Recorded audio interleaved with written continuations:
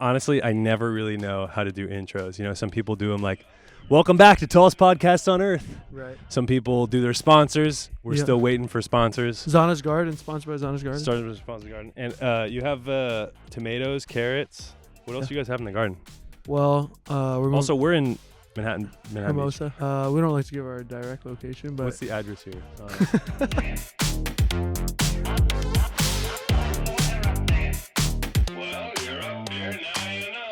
Okay, listen up. Yep. I'm going to do an intro. Welcome to Tallest Podcast on Earth. Very, very special guest for me. You like the lime, by the way? You switched me. Grapefruit's the worst one. I'll drink it and don't change them back. No. I'll drink it and don't change them back. I agree, though. Grapefruit's a terrible fruit. Today's sponsor is Spindrift.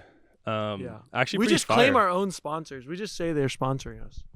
I mean, yeah, they're not listening, but yeah, I actually think Spindrift's pretty good. It says 4% juice, which is probably more than most like sparkling water juices. I think it's good too. I usually like them. Grapefruit's a bad fruit, though. Okay. I'd like to give your introduction as a couple things. First of all, we've been friends for a little while now. Mm-hmm. And I remember the good old days, Ben Patch, Evan. Shout out Benny boy. Back in Anaheim in 2016, I want to say. Yeah, maybe. It was kind of when we first met and started hanging out. And like Ben, you were one of those friends I had who was just like, oh, this guy's energy and like open-mindedness is like, finally I feel like I really connect with someone on the team, which is really nice for me. So I just want to compliment you. And I've just always loved your energy. I've always felt so grateful to get to know you and have you as a friend. Thanks, Ted. And I'm fucking happy to have you on the podcast. I'm stoked too. Yeah. We do a lot of these podcast-ish things, but just never in front of a camera. So it doesn't feel that different. It feels like we're just going to talk. Yeah, it shouldn't. And which we do a lot. Yeah, and that's all you can do. We got to stay in frame, so we can't do much. As long as we can stay in frame, actually, we can do more than talk. We can dance, do whatever. Okay. Pick stuff out of the garden if it fits in frame, but okay. Yeah, dude, we have a lot of fun together, I think. Yeah, and fun's an important thing. Yeah, that's right. Don't you think? Also, there's a bee, dude. I'm like definitely. Don't worry about the bees. I'm like deathly afraid of bees, bro. So they have a lot of other things out here to do.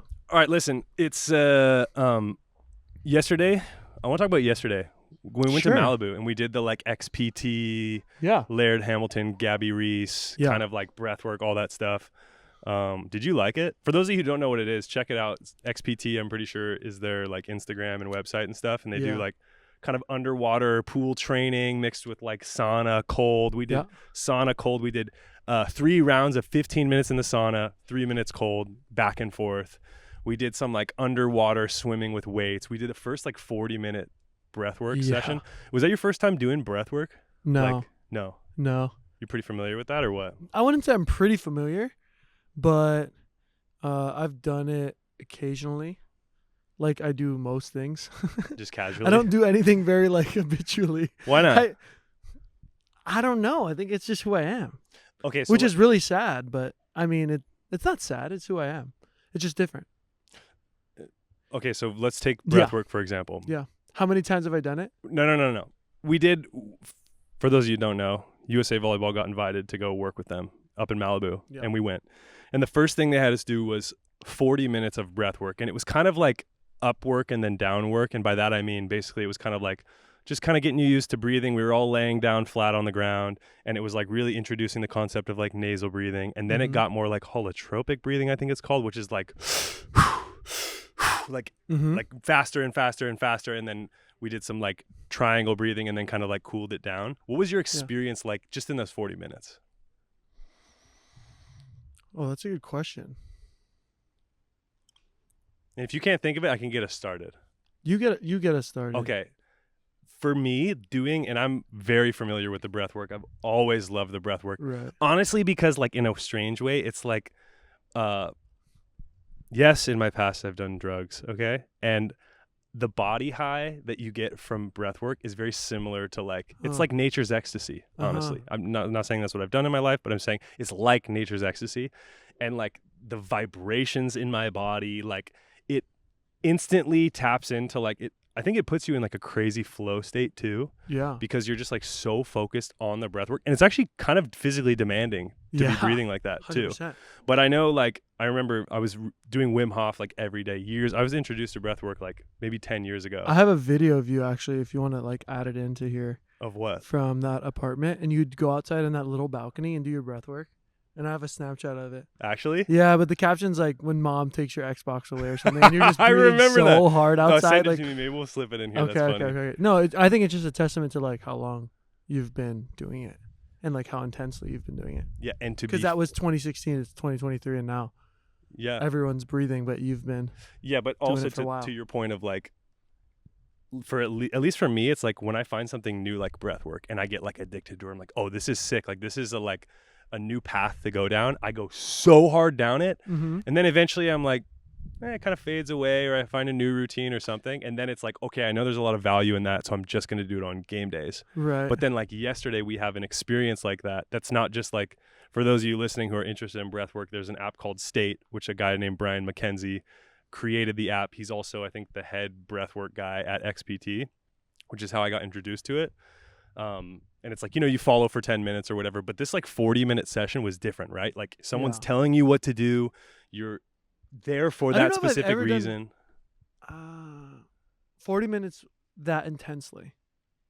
Because like you're there and you have the pressure. Like that's what's always so nice about doing things that are challenging with a group, is that it just gets the most out of you. Like if you're going to do it alone, you don't have those checks and balances of like, you can just tap out when you want to. And when there's other people there watching you, like while you're underwater with a weight, like you're going to go further. You're going to get more out of yourself, which is why I always liked doing things in groups that are really, really difficult. Because I've always found myself doing better because I'm kind of just a chiller. When I'm alone, I'm like, that was solid. That was good for me. I'm good. I'm going to go home. You thrive in that like competitive environment. Yeah. What I've always found interesting about you is that you really thrive in like group environment. Like you love, the biggest thing that from this summer and from every time since the day I met you is like we love doing challenges or like who can do a thing better. But there's always this tone of like we care so much in the moment at winning the thing, but we don't really give a shit, like our lives are going to be completely the same right when we're done. But it's so fascinating because I see like, you see a lot of, and I don't know what your experience has been, but I see a lot of athletes, like professional athletes, who when they tap into that like super competitiveness, they don't have this like jokey side to them. And then it's just like not fun kind of. Yeah. Like how do you... It gets into that too though, right? Like there's moments where we're both in that space as well. Yes, and we argue for points. And, we're not perfect in that way. No. But 100%. We probably just have a little bit more of that balance than others, I would say. And that's just because of our personality. And like when you were younger, no part of you, like, because you're obviously a super competitive guy, like a lot of us are. Yeah. But you're super competitive and you're really good at showing up kind of no matter what, of the conditions, of who you're playing against. Oh, 1,000,000%. I feel like I'm really good at that because I always like find the excitement in all the like differences of the day and differences of the conditions, where other people find like, oh, this isn't applicable, or oh, this is strange, or I'm always like, oh, that's the like guidelines today, that's the rule, sweet, let's like try and figure it out today. You're like the king of adaption. Yeah I like that. I like to adapt. Why do you think why do you love it so much? It's fun. It's like a problem. It's like people that like puzzles, I would say, probably have this, but our puzzle is then it requires your body to then also fulfill pieces of that puzzle. Does that make sense? Like other like engineer mindset people that are like, oh, I want to figure out how this works, right? Like we have that a little, but also it's like you don't just get to do it with your mind. It's like, no, now you need to actually go and do it with your body. Where it's like, yeah, the guy knows that 70-mile-per-hour serve down the line is going to work, right? Like an engineer can figure that out. But can he then go and be like, okay, I'm going to go do that? No. Yeah. So it's like the funnest game of all time. It's both. And then it's like, okay, no serving down the line. I'm like, oh, sweet. Okay, now we have to figure out the new puzzle.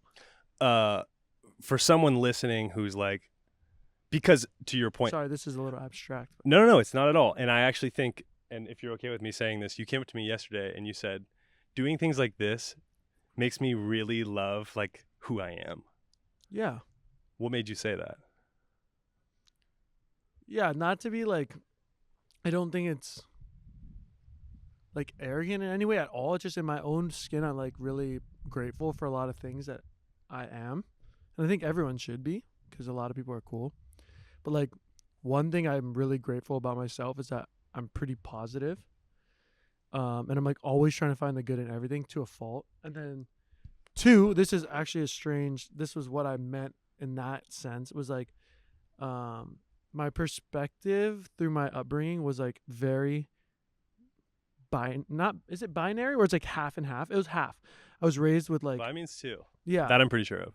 Yeah, but I don't know if binary is the right word because binary is like 0, 1, and 2 with like a computer works in binary, I think.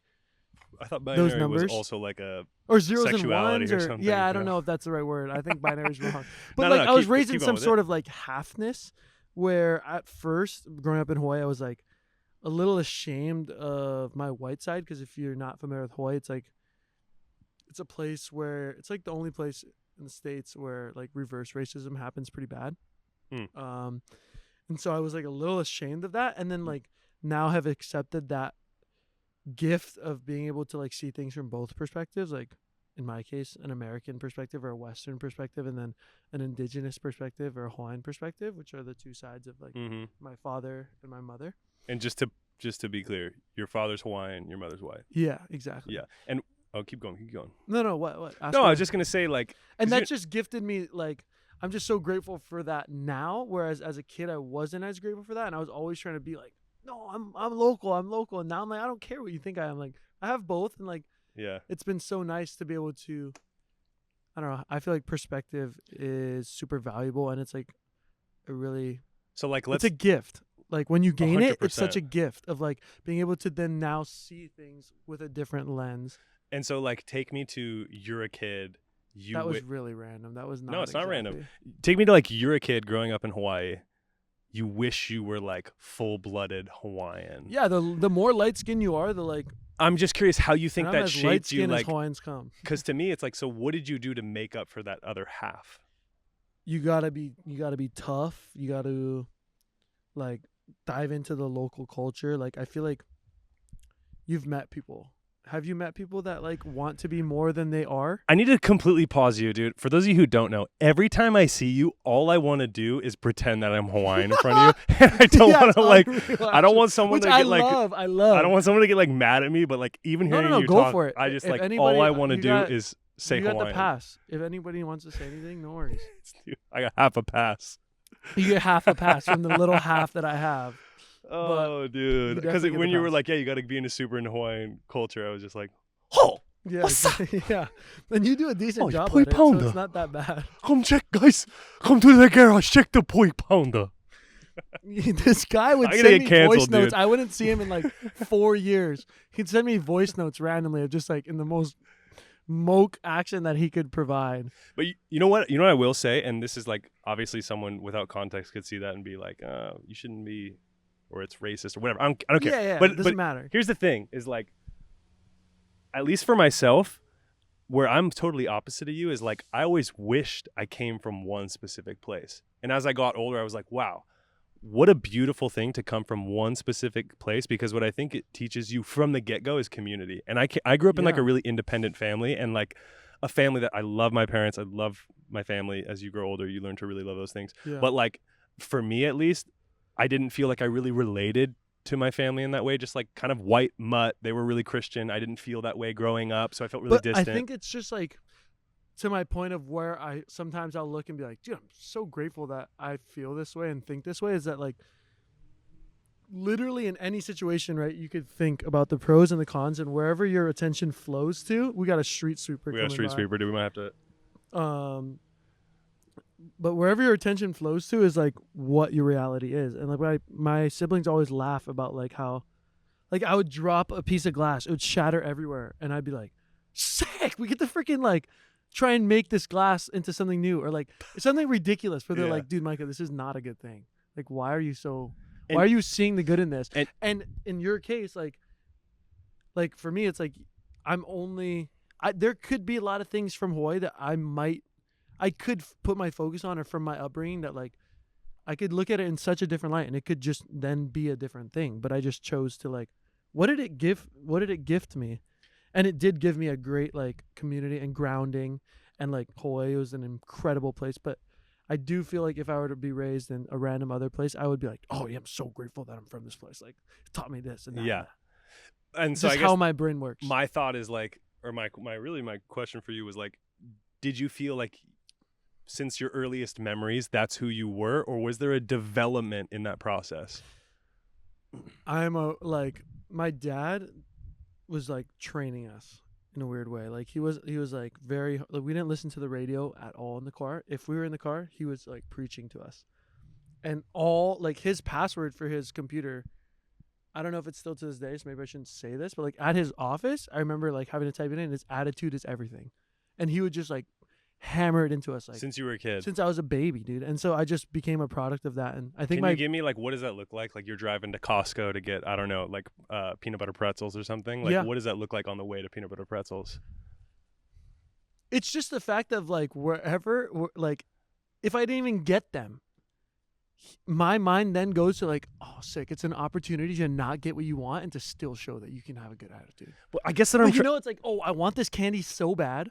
And then I don't get it as like a 4-year-old kid. And somehow my mind would switch to like, oh, this is really good for me. How long can I survive without this candy that I want? This is really good. This is a new challenge. And like, this is going to teach me to not need everything or like to deal with not getting what I want. I was like able to do that. Since you were a kid. Yeah. I mean, this is why you are truly one of nature's gifts, honestly. And this is why I love you so much. And anyone who knows you to be like, you know, something I think I'm really proud of with you is like how you seem, at least from the outside and knowing you well enough, to like have remained yourself throughout life. And I think a lot of people fluctuate so much. I know I have too. Like, I also think I'm someone who's like done my thing, but like I also I'm very been susceptible to like the environment you're in, people you surround yourself with, and like are there things that maybe I don't know where it's like, yeah, maybe on the surface like you're still who you are, but like do you fluctuate ever? Like let's say you're in overseas, is it different than who you are here? Is it different if like, I don't know, you were in Nebraska? Like, are you always just this like, oh, guess I'm in Nebraska now. Like, guess I'm gonna mow we need me to mow the lawn, and guess I'll mow it, you know? Like, or is there a party that's like, no, I want this thing. Like, I want to work towards this thing. Like, where do you find your balance in that? That's a really good question. I think I have principles and values that like I've really thought out, and like that's one of the things I'm so grateful for of our profession and career is that we have time to then reflect. And so they were able to like experience something and extract the lesson out of it. For example, like you're here, you live in LA, you have 3 kids, you work 9 to 5. You wake up, you make them breakfast, you take them to school, you work 9 to 5, you pick them up, you make them dinner, you're exhausted, you go to sleep. You do that every day. Where in that like schedule is the time for you to then pick up on the lesson of the day or any sort of to squeeze anything out of like your life? Does that make sense? Like maybe you have an interaction at work that like for us, I go home and I have 5 hours and I'm like, oh, okay, yeah, that makes sense. Like next time I'll be able to do it. Because I just have nothing to do. So like I live and then I reflect. And I think when those things are balanced really well, you can then like progress at a really like nice pace. Whereas if you reflect too much and you're not living, you're then not in that pace. And if you're living too much and not reflecting, then you're kind of just on this hamster wheel. Right. And so I think like our job gave us a huge opportunity to experience and then sit in it and be like, oh, maybe that's why in France they don't do this. And that makes sense of why their culture's like this. And that also works like that. And I guess open-mindedness. Yeah. And also just the sport of volleyball. And like, but like our profession really helped with that. But to your point, I have like thought through my principles and values that don't ever waver. And I'm like, what are they? Really strong on those things. This is a bad one that I don't do all the time, that I do all the time, but I need to maybe reframe is like, I will never approach a situation bringing any bad vibes to it. And if somebody then like brings it to me, I approach it with empathy. I will always do that until there's a moment in time where I say, I think for the greater good of like the situation and the people around and everyone that you're going to interact with after this, I'm going to let you know in a very stern way that that's not okay. So like that's a process of like how I deal with things that I've kind of worked through, and I don't think that it's perfected yet. How do you think that translates to like you in a relationship? And maybe you don't need to describe the relationship you're currently in, maybe past, but like let's say now you're with someone who doesn't react like you do, right? Like you, in my mind, I'm like, oh, you'd probably want to be surrounded by someone who's just as positive outlook. Like, have you ever been in situations, could be a relationship, could be with teammates, all the time. Like, how do you stay unaffected by that? Because I like love that they're like that. That they're just different. Yeah. Yeah. Yeah, I love that. Yeah. I do. And I think that it's like, this is the thing that we were talking about maybe in Anaheim, where I was like, my theory on life and what helps me with empathy is that like we're all the exact version of ourselves if we were given the DNA that person was given. Fair and enough. the environment and all the experiences that yeah. they were given. Like if I was given your exact DNA and then raised and went through your entire life like you are, like you're that version of me. And so I have to have empathy when you do certain things, because it's like I would do the same thing if I were you. Like either they don't know any better, or like they have some genetic predisposition where like naturally they're going to have more emotion, or like all those things. It's just like, dude, I get it. Like I would be you if I were you. So it's all good. Yeah. And like maybe we can work on it. And if not, like that's okay too. Yeah, I don't know. I guess it's just, dude. No, it's such a. But I am a chameleon at times as well. Like I do feel like I can talk to an 80-year-old guy and talk to a baby boy and like fit in all those ways, or put me in like certain situations, and I do act differently. Which like, is normal. But the way but like you're never gonna find me acting out of character. Yeah. But I will act differently, but not out of character. Yeah. And you think, I don't know. I guess to me, like, it just blows my mind that, actually rather what I want to say is like, what's the biggest adversity you've had to overcome? Because from the way you describe yourself, it's like, you're just constantly reframing everything as like a beautiful challenge. But like, have you ever had like dark moments? Like, have you ever been sad? Yeah. My sisters and my girlfriend ask me this all the time. And realistically, it's like, my framework and my mind is actually like so strong, it's really hard for me to even like vocalize sometimes these things. Like we can act this it is out. to a fault. You want to act it out? No, I can do it, but this is like, they even sometimes are like, no, Michael, like you need to see this is they're treating you badly right now. And I'm like, no, it's good, it's gonna like be. And they're like, no, they're being super mean to you. And I'm like, it's fine. Like my sisters have that problem, Zana has that problem with me, and I can work on like drawing that line. But I definitely have had adversity. To all those people that think it's been great. Who's taking advantage of you? Like I couldn't even imagine someone being mean to you. Who's being mean to you? Like, do you have a fucking example? I just don't picture it. Yeah, some. I think just my upbringing and my in my family and stuff like that. We've had some things go on that weren't the prettiest. They weren't that great. But my mindset on them has always been the way I am, and so I think it's like I have, but I haven't.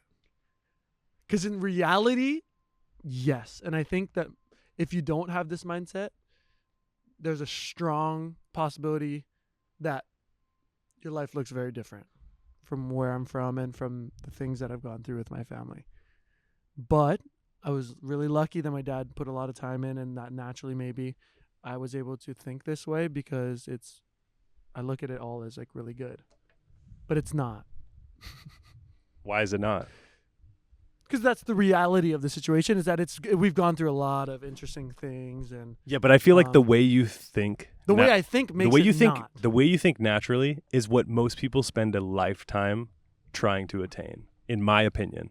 Like, look at all of the like healthy trend kind of like, and when you ask like my sisters and stuff like that, they're all like, it'd be better for them to even be on this podcast to explain me, because maybe I would have more. You want to call them up? Proof. You want to call them up right now and get them live? No, it's okay. But like, not proof, but like, I don't like saying this about myself. It's uncomfortable. Yeah, which is why this is good for you. Yeah. Because I think. But I don't want to say this about myself. Like I feel like other people should speak on my behalf of who I am as a person, not myself. Yeah. Maybe in the future I'll do podcasts that are about someone else, but I'll bring them in a close friend to do it. That's super smart. Yeah. I feel like, especially with people probably like me, where I'm like, I don't want to, Yeah. I guess say this about myself, but this is the truth. This is the reality. Right. And I don't have a problem with the truth. I never have. I've always really loved it and enjoyed it.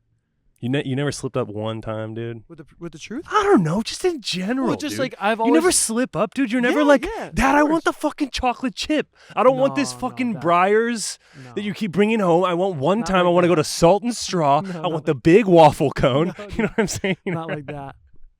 No, but I slip up all the time, but like not in So what do your slip-ups look sort like? of sense. Sleep-ups. Like this is where I wish I had somebody that would be like, Micah, you slip up here. I don't know. Well, I'll tell you what, you being like unaware of those things are probably not bad. Because you're not like harming anyone. I'm sure I could think of some. And I know, like whenever people ask me these kinds of questions, I'm always like, yeah, I do all, because they ask me this all the time. I just met Zana's like really good friends in Atlanta. And they were like, dude, are you ever mad? They randomly said that. And Zana's like, he's never mad. And I was like, yeah, I am. And she's like, no, you're not. I'm like, she's like, tell me an example. And I'm like, I know there's examples. Like, I know. And she's like, well, tell me. And I'm like, oh, I hate when people do that to me because I'm like, I don't know. You know, I'm starting to think, honestly, as I hear you talk, like, maybe you just need to practice it more. Yeah. Why don't you practice it right now? Get mad at me. Say something. Just look at me right now and just get mad at me. Like, be mad. Let me do something. Ready? That's funny. I just poured it in your garden. That's just funny to me. I destroyed the tomato. No, this is the thing. I think that I do get mad. I think that it's not very often, but it's not that often. You know what though? I also think now, in my opinion, you created this rhetoric for yourself. That's almost like the challenge within the challenge. I have a feeling. Yeah. Maybe I'm wrong. Yeah, of where it's like almost like this challenge of like, good luck making me mad, dude, because that's just not me. And then once you tell yourself that story and narrative, it's just like it plays into the game. Yeah. So every time I try to pour the drink, it's like I'm trying to put a slot into the game. 100%. You know, and you can't win. 100%. You always break the high score. I don't know if that's exactly maybe the structure of how I do it, but I do know that does apply to a lot of things. Where like you identify or choose something, and then it just furthers you down that road. In a lot of ways. Do you feel like there's anything that makes you like? Is there anything that makes you feel like alienated? Because I'll tell you, from the outside in, like you being constantly positive and just like a curious guy to me is like already makes you like so uniquely yourself. But are there any things that like on the outside or on the inside that are happening that like no one would really know? Or are you just so transparent that like there's nothing past that? It's just like what you see is what you get every time. You know, like, is there anything inside where you're just like maybe growing up or, you know, as an adult or throughout your career that's just made you feel like, does anyone else think this way or feel this way? You know? Oh, I don't know. Yeah, definitely. I think some things where I'm like, am I the only one thinking like this? But I think more to your question to answer like more vulnerably, which you always inspired me to do. We can start talking about you a little bit more. We don't need to do that. Things that make me feel alienated. And that's where alienated is where like you feel different than everyone else. Yeah, it's like the government right now just found a bunch of like alienated bones people. of alienated people. Wait. Okay, one more time. Explain to me alienated. All right. Well, first of all, I'm like the worst person to have to explain any word. I like know how to use a word in a sentence. You know I probably don't know. Like though about how we can interact with each other is that we're both totally not afraid to be dumb. Like I'll ask and I feel like some people are like, they don't want to look certain ways and they always want to be in control and look in control or know things and they like make stuff up and we're like, we have no idea. Like we're stupid. And people are like, oh, this is what it means. We're like, okay, now we know. Yeah. Yeah. I mean, you're totally right. Yeah. But it's so funny as I get, like for me, as I get older and acquire more responsibility or think about, you know, more, it makes me feel like, should I be smarter? Like, should I know these things? Like, I don't really even understand how my taxes work. Like, there's so many things I like don't really know. Yeah. But what's interesting is like growing up, I was always kind of the like outlier in the group, you know, like kind of like could just go off and in many different directions. No, okay, that's true. But here's what I'm saying. I guess to be vulnerable with okay. But to be vulnerable with people, it's like, I also feel like since I was young, I always had like a best friend or mentor who was like 5 years older than me. And so my whole life, I always felt like the little brother. And I have one brother who's 2 years older. We hated each other as kids. We grew up and became best friends and I love him dearly. But like, I was always kind of little brother vibes. And 100%. When you feel like you're in a group where like you get to be the little brother and hey, we got you, or then people start to love like how dumb you are. For me, it's like that. I also love entertainment, and I'm also like, all right, I guess I'll be the dumb guy. And I'm not like over here like, how does this work? You know, like not like slapstick dummy, but just kind of like, 100%. yeah, I actually don't know how to spell that word. Yep, I'm that way. I played up on my team, my club team, so my two best friends are older than me, and they would just make me, they'd be like, hey, try and jump over this with your bike. I'm like, yeah, I got that. Like, and they would never ever do anything, and I'd get into trouble every time. Or I was raised at Micah Maʻa, and so in the dorms, and so until I was like 10. Well, I didn't know you live on campus. Yeah, in the dorms, in Lihulihu. And dorms. for people who don't know, Kamehameha is like, it's a boarding school, like the prestigious. It's Hawaiian local only, yeah? Yeah. You have to be Hawaiian to go. It's a really big school, and they have the ability for kids on a different island to go to school there, and so all the kids from different islands live in the dorms. And my dad was a dorm advisor, so I lived there with my family. And also a legend volleyball player. Yeah, but at the time, dorm advisor. Yeah, okay. Yeah. And so I was always and I played with the guys and like sports, and I was the last pick, and like I was the little brother literally to like everyone in the dorm, because I was everywhere. Like I just had to be home for like at 7:30, 8 o'clock, so I was just everywhere. And so were you more like the like rascal kid getting into trouble? Yes. Or also like funny kid? Rascal kid get into trouble, but never serious trouble. Right. Always. Just like stupid kid stuff. Yes. Yeah. But like never like, like, hey, go grab those lemons from that stole. tree. I would like return, if I found somebody that was stealing around me, I'd like return it, make him return it. Like there was like how I said, like I would never be out of character. Like this is the line that I draw. I will not graffiti or like sneak out and drink or do like crazy stuff like that. But like in class, I'm going to be the class clown. So like growing up, you never got caught into any of the like pulls of like alcohol or smoking or? No, I didn't drink till I was 20. Yeah. And didn't smoke, and like I didn't do any of that. But I think that's where like a sense of like I don't need to go like this to like societal things because I'm a little like counterculture-y. Like if I see everyone going that way, my natural tendency is to go this way. You know? That's why we became friends. Yeah. We're both swimming upstream. Hey, also make sure that's still recording just to make sure. We got to make sure. We're kind of off the cusp right now, making sure all this stuff works. Yeah, we're good. Okay. And so like when everyone had the cool Heelys or something, I'm like, I'm not going to get those. Or like everyone has the cell phone that's a sidekick or something, and I'm like, I don't want one. I don't even need a cell phone. Yeah. Like I was always not trying to fit into the culture, into the group. And I just felt this sense of security in that like identity. What do you mean? Like that was my groundedness. Like was like it was easy for me to be being grounded different? in like not wavering. And I liked that about myself. So I was able to really stick to it. You know? I mean, you say not wavering, but it also sounds like that's how it's almost like your not wavering was the wavering. Yeah. Sometimes, 100%. Yeah. But I knew what it was based off of. Yeah. And it was like, that's me. And I was like, no, I'm going about it this way.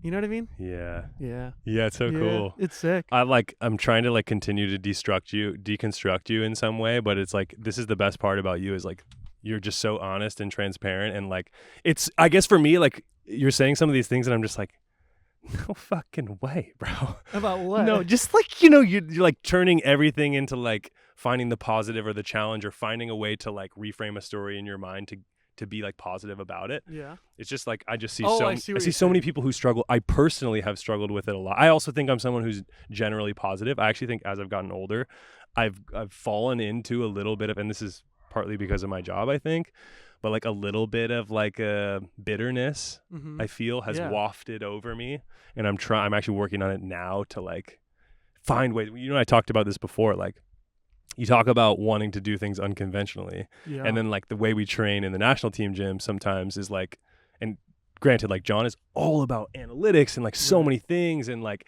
he's really open-minded, not surprisingly, but for me, I think like I've been more and more surprised by him on how open-minded he actually is to things. Yes. But like even the way we train strength and conditioning wise, like I've always been like, oh, well, that's how everyone does it. And then I see this one person do it differently. I'm like, oh my God, try this, like trying new things. Right. that just randomly, this is a huge go back to why I said like, oh, I'm grateful that I am who I am at the thing yesterday, was because it was about how I think we're in a beautiful time of Western medicine / science / culture starting to respect / approve / integrate. A lot of slashes. Yes, because slashes are sweet, by the way. Okay. Parentheses what?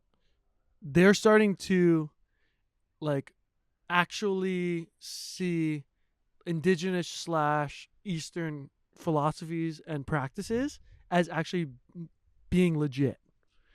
Like, for example, Wim Hof went to Stanford, right? And he proved that he can like maintain his body temperature in a lab. With 12 strangers. Yeah, or like that the people that he taught, when they injected the flu into them and they were fine, or whatever the case may be. And then finally Stanford's like, I guess this breathing thing actually is scientific. Or like they give a little bit now. Before it was like, oh, that's just voodoo. And like now we're getting to like breath work and like meditation and like all these Eastern philosophies or indigenous philosophies, like as an indigenous person, that like have been ignored and just ignored and like discredited for so long, are now starting like, because they're looking at it in a scientific way, they're like, oh, these practices are actually kind of important and like actually have value. I want to piggyback off what you're saying so bad, which really for me is this balance of like personal experience versus logic or like science. And I waver with it all the time, right? Like I think you're very similar. Like you base a lot, you're a very logical person to me. You know, like you have a lot of reasoning for doing things, and you're actually a smart kid to me. And like, so where do you find the balance between like the logic and to what you're saying? It's almost like, I think I see this with a lot of strength and conditioning trainers almost, where it's like, well, if it's not in a textbook or hasn't been, there's no data on it, then like you see that with guys starting to do like knees over toes stuff in the gym, or like, you know, I learned from Daniel Marchong, a really unorthodox style, and they're like trying to break things down or like trying to be like, you know, they're like, okay, but like we know because this is what the data shows. It's hard for me because on one hand, it's like, okay, I want to be logical too, and I want to do we all want what's best, which is I want what you want to pull the best from me, keep me healthy, keep me strong, faster. But sometimes I feel like if it's not in like a science journal, then they're just like, wow, I don't really know. And then every day guys are taking like 800 milligrams of ibuprofen, and it's like that inherently feels like that can't be great for you. But it's like, well, the data shows it's probably not that bad. So it's like, what's been your experience with that just throughout your life, but like where do you sit on that? Like, because you are someone who's really logical, and at the same time, like you are someone who, well, I like this works for me, I'm gonna do this, like where do you find that line in that, you know? I've gotten into a lot of trouble about this, so because I'm probably more like you, but I think, okay, in this example, I think first off, there's two like places in my profession that I think like people have the hardest time with accepting other people's individual experience, where it actually means the most, is lifting and diet. Just two things that come to mind. Okay. Where, I mean, there's people that say like eating only red meat is curing cancer and is amazing, right? And there's people that say vegan. There's people that say pescatarian. And there's people that say fasting. There's people that say, oh, you need to eat a big meal in the morning. And then there's people that...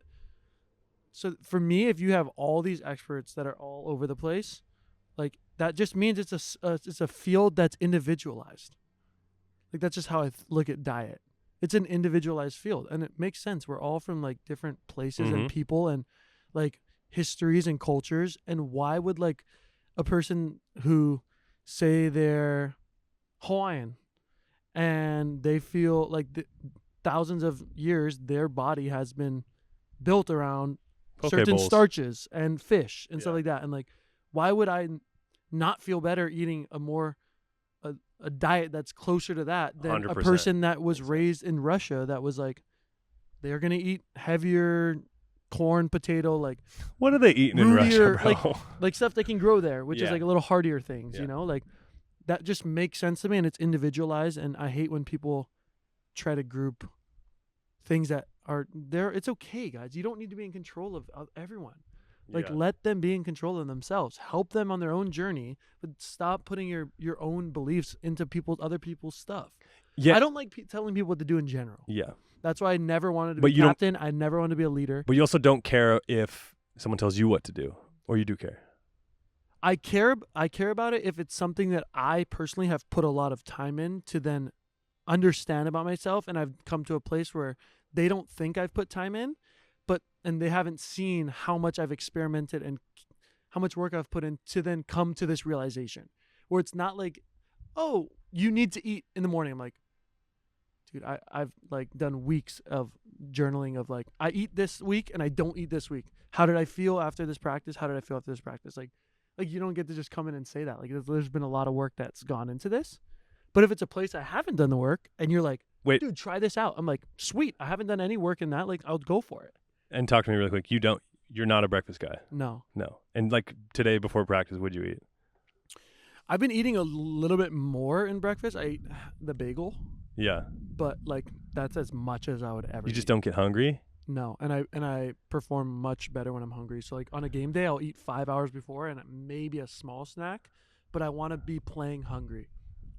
Interesting. And they say that actually makes more sense because like if it makes more sense, like from hunters and gatherers, if you're hungry, yeah, you like that. All right, dude. You like that. My favorite meal of the day is gone, dude. This week I'm doing no breakfast. If you're hungry, your senses and everything go into like, I need to find a meal, right? So you're going to go and you're going to be more intense and more focus based and like, but once you catch the thing and you have a meal and you eat a meal, you're then like, I get to relax. For example, if you go and you eat a huge meal, you're going to have a, like we call in Hawaii, like kanak attack. Like you're going to have a huge nap after. Why is that? Because you just freaking made your kill for maybe the 3-4 days a week that you needed. You had a huge feast and you're like, I'm good for a little bit. And then it's like, or compare that to like, I'm freaking hungry. If I don't catch something now, I don't know if I'll be able to make it or if I'll have enough energy to even continue this hunt. I need to get it now. That's how I want to be playing. And so the whole time, like today, for example, I think Dave or someone brought donuts. There's just donuts sitting around. Mm-hmm.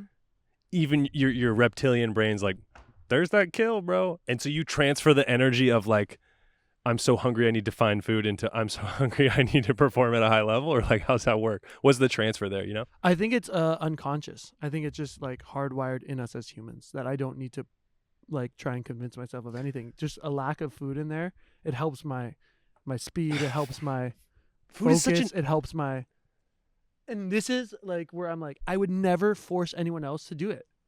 Cause I'm like, dude, do whatever you want. Like if you're doing the same thing as me of like experimenting and working really hard to find what's best for you, then that's great. Like you're going to do it. Like forget other whatever people. it is. Forget other people. We're talking about you. Okay.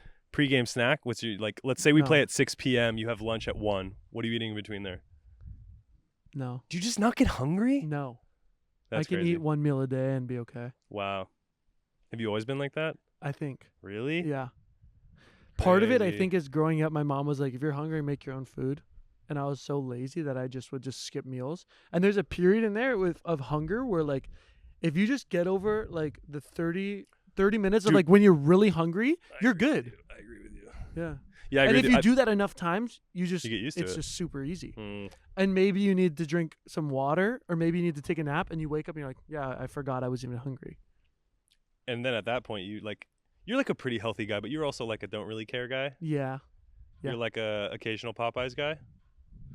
What's your gluttonous treat? Yeah. I'll eat whatever. Yeah, like ice cream or anything like that. That's fine to me. Do you have a favorite food? Do you have like things that you enjoy? Rice. Love rice. Yeah. White rice. My favorite food. Half and half? No, not Hapa rice. That's half brown, half white. It's different. No.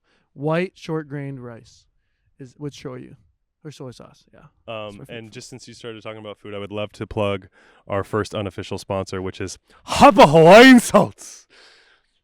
Micah's mom. Shout out to my mama. Yep. Best salts there are. Hapa Hawaiian salts. Check them out online. Instagram, website. I saw them at the airport. They're selling they're in the airport. If you go to Hawaii. Lihin gummies are in there. Gummies are in there now. Yeah, check them out. And this is not just like a shameless plug. I also love them. Your mom gave them to me. No, they're insane. Like anytime I give them to anyone, time they ago. want them. Yeah, they're nuts. They need them. They're like, hey, can I get more of that salt? I'm like, I put them on eggs in the morning, chicken or steak I cook at night. It's incredible. Yeah, it's really good. Yeah. Nice job there. I just would have worked that. I might make her an unofficial sponsor for every podcast. Dude. I do really love it, and I do love supporting so good. good people. Yeah. Yeah, and she works so hard. It's just her. None of the sisters. No one's helping her out. Misty helps a little bit, but no, she's a workhorse. Mm. Anyways, yeah, Western and Eastern philosophies meeting is why I was like, oh, I'm happy that I'm half like a culture that's like working so hard to try and bring back our original like ways of life, and then America, who's like the forefront of like the Western. So it's like I was just appreciative of that, and I was like, oh, I like who I am. Like I have such an interesting balance of like my mom and dad's culture that I get to see things on different. Yeah, how does that come into play now as you're an adult? Like, oh, all the time it comes into play. Yeah, like I could imagine too, because you also strike me as someone who's like not afraid of like technology and things. Now, granted, you're not like blowing up social media. You're not the guy to want to like post tons of stuff, but you're also like not afraid to do those things, you know? Because what I'm saying is like some people are like, they want to live so close to the culture that they're like not getting a phone, like super off the grid kind, you know? Got it, like that. Yeah. Well, I think that, for example, in Hawaii, I have a lot of different thoughts of how we can do things. And I think that I was just listening to a podcast where it said like, you can't make a choice of balance if you haven't equally experienced both sides. And I thought that was a really good point. And so I hold my beliefs a little bit closer to my chest in some things where I feel like I've really gained a ton of knowledge on one front of a decision and not close to the same amount on the other, where I can really argue that I know what that balance should look like. Does that make sense? No, continue. Okay, so for example, I'm trying to find the balance of being Hawaiian and being American. I haven't done the work on the Hawaiian side, like to learn to olelo or to be in the lo'i every day or to paddle or to fish, or like I haven't done enough of that in equal amounts as where I've been American to be able to choose what a balanced life between those things should be, because I'm not giving the side enough respect to be able to. So my choice of balance is going to be skewed and biased towards the American side. So I hold that a little bit closer, and I know that I need to dive into the Hawaiian side a little bit more to be able to find where I should be. But I do think that this is a very interesting topic. So we can move on. No. It's super interesting. This is leading me into more like life philosophy stuff, and I'm really interested to know from you, like, are you into philosophy? Do you have any, like, where would you say you sit on that spectrum? Who do you like look up to or listen to? Yeah. To like learn about the deeper thoughts and feelings of why we're here and what we're doing. And that's what you mean by philosophy, like. Well, I don't know. However you choose to take it. I'm strapped up, baby. Like, no, I know, but I feel like philosophy is in like everything, so it's tough. But I really like philosophy. It's like an interest of mine. I took political science in college. Yeah. But you can have 5 like specifications of it, like global or whatever the case may be, and mine was theory like based. So it was a lot of like philosophy on like groups and society and stuff like that, and that was like I really enjoyed a lot of those classes. But yeah, my philosophy is always changing. Who do I look up to in those types of ways? I don't know. You say you're into philosophy. I am. Like, but in my and I'm not that. You're not like spare time going on YouTube and. I am. I got down like a rabbit hole of it being a little too dangerous. Yeah. And I backed off. It goes back to me. It goes back to your point of like living and experiencing versus learning. Yeah. Because I struggle with it too. Yeah. And you see this with a lot of people with a lot of different things, right? And I'm susceptible to it in so many ways where it's like I'm trying to learn, let's say, how to do a podcast. Right. And so I spend all this time going, what's the best mic? What's the thing? And then I watch the reviews. And then there's this thing of just like, dude, just show up and do it. Yeah. Show up here today and like, I forgot my laptop. Now make sure that I put it in the, like you learn as you go. And then also like, it's not bad to look into like, what is a good bang for you? You know, and when you get to those little roadblocks, you'll figure it out. But it's crazy how like, let's say you know what that is? I think it's more Western think. Not to split things into Western all the time, but I think it's just that like that's where we are right now, where it's like learn how to get rich in 10 minutes. learn the tricks and learn this. Right. And in like other cultures, it's like, dude, like, no, I've been a fisherman for 50 years. Like, that's just what it is. Like, and there's no like, if they're like, you want to be a fisherman? Fish. Come with me every day. We're gonna go out every day, and you're just gonna watch. I'm not gonna tell you what to do, or you're just gonna do it for like 50 years, and then you're gonna be it. And nowadays we're just like, oh, let me like learn like really quickly about all, and it's like we fall into that more than anyone else, where we're like jack of all trades, master of none. Which also, did you know that quote actually continues? What do you mean? Did you know the jack of all trades quote continues after jack of all trades, master of none? What is it? I think, now people are going to fact check me, but I think it's jack of all trades, master of none, but oftentimes better than one. That's nice. Where it's like, I had felt bad for being a jack of all trades for a long time. Not felt bad, but I was like, oh man, I want to be I feel like I'm really good a specialist at something. Like, Dude, that's I so struggle sick. 100%. It's so sick to be like, I lived my whole life making these wooden tables, like, and I got it down. I'm the exact same, and bro. people come to me and they want to talk about wooden tables. I'm your guy. Like, I want to be that guy. Yeah. So bad. And I was like, I'm just too all over the place. Just in my garage every day. Jack of all trades. I'm like all over the place. And Mitch Stahl told me, like, dude, you are a jack of all trades. But did you know that quote goes on to say, like, but oftentimes better than one? Because, like, in any other field, you're going to be better than than the master of one. Right. So the jack of all trades, you're less in this specific area. But, like, take the carpenter and make him surf, and you're going to be a little bit better. And make him run, and you're going to be a little bit better. And make him. So it says oftentimes better than one. So it's actually a different side of that philosophy. That's really cool. Really cool. Yeah, that's really cool, actually. And that's really helpful to hear, because for a long time, I only heard the first two parts, And I was just like, because I always fantasized about like keeping it from us. Waking up in the morning and I'm just blip, blip, blip on my pottery wheel, or like, and for me, Ben Patch is like maybe my closest friend. Yeah. And like having a friend like that who was, yes, he's definitely a master of, or a jack of a lot of different trades. Like, he's also a master of multiple, dude. That's this whole and so quote when I doesn't work for 100%. And so when I had a friend like Ben who was doing photography, I was like, oh, I'm gonna do photography now, because I want to be like, I want that to be my thing too. Like, that's so cool. And I cared.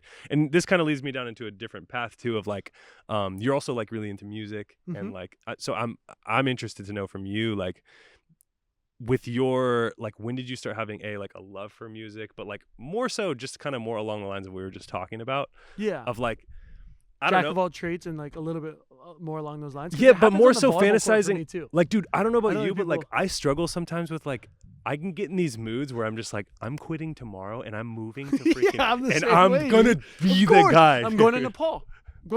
Yeah. I'm gonna shave my head. I'm gonna be a monk for 6 months. I got to do it. Or like I'm done with volleyball. 100% music. I saw Chef's Table, and I literally almost became a chef. like it was the closest I've ever been to changing my profession, was after Chef's Table, and then a second close one was after watching Secretariat, the horse racing. Yeah. I almost be a jockey. no, not jockey, but I wanted to be a horse breeder, and I was like looking up crazy. Japan. That's so random. Japan's the spot to be in. Really? Yeah. That seems so random. So Japan seems about the spot to be in to do anything.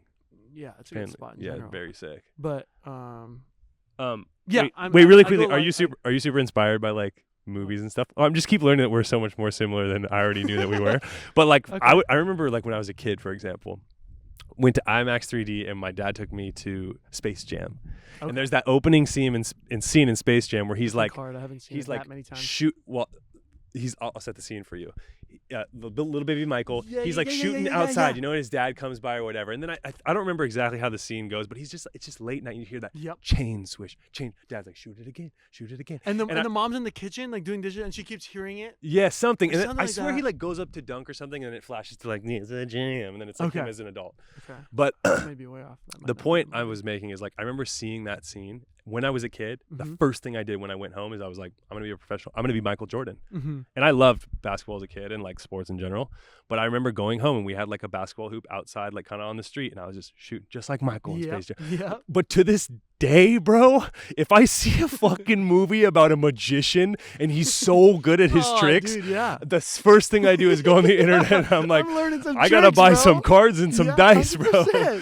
Like 100%. I am so susceptible to like I'm gonna change everything about me because I see one person who looks so cool doing one thing. No, but that's like. What can I give one more example? This is blowing me up right now. The other example, I think there's a show called or a movie called Now You See Me. I want to say it's called. Yeah, of course. With the group of like magicians where they come together. Yeah. And there's one guy on Now You See Me. And he's like the card thrower? No, that guy's sick, and I do love throwing cards like that. But this guy was like he's so good at reading like body language. He could like, I feel like or I'm sorry, maybe it was just in total of magicians where they were able to like sleight of hand by like misleading, and then what you can pick up from signals by other people.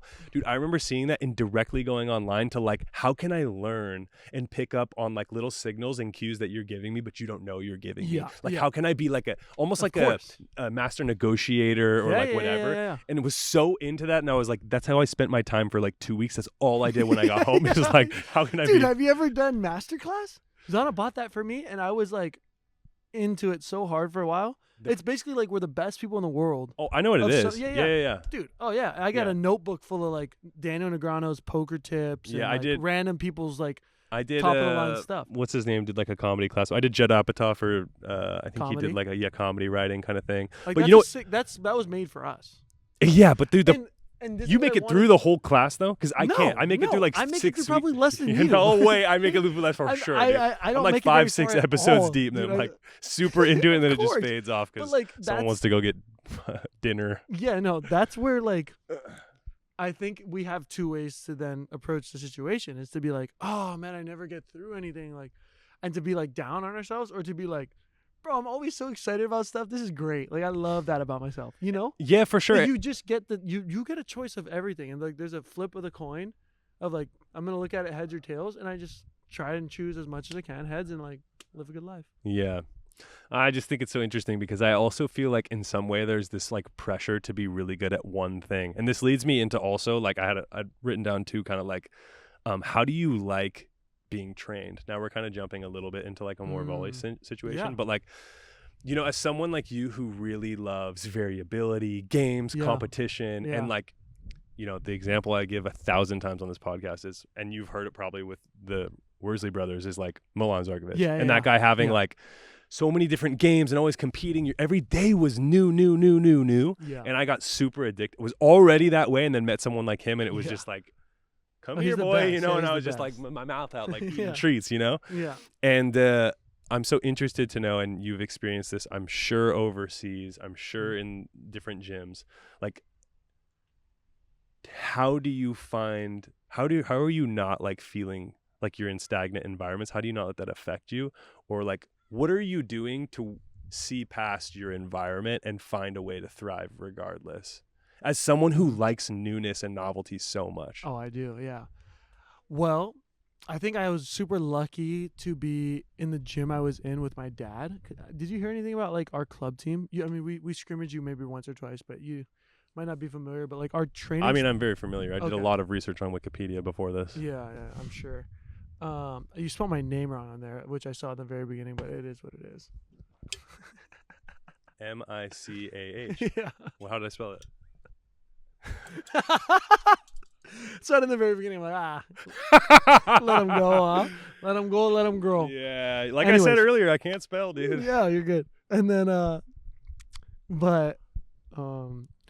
our philosophy was actually like very fundamental based and very deep work based, where it was like 3 times a week of an hour and a half, but like it didn't allow for any mistakes and any like lack of focus is the word, actually, lack of focus. And so we would like didn't even talk at water breaks. There was no speaking for like an hour and a half, pretty much, like none.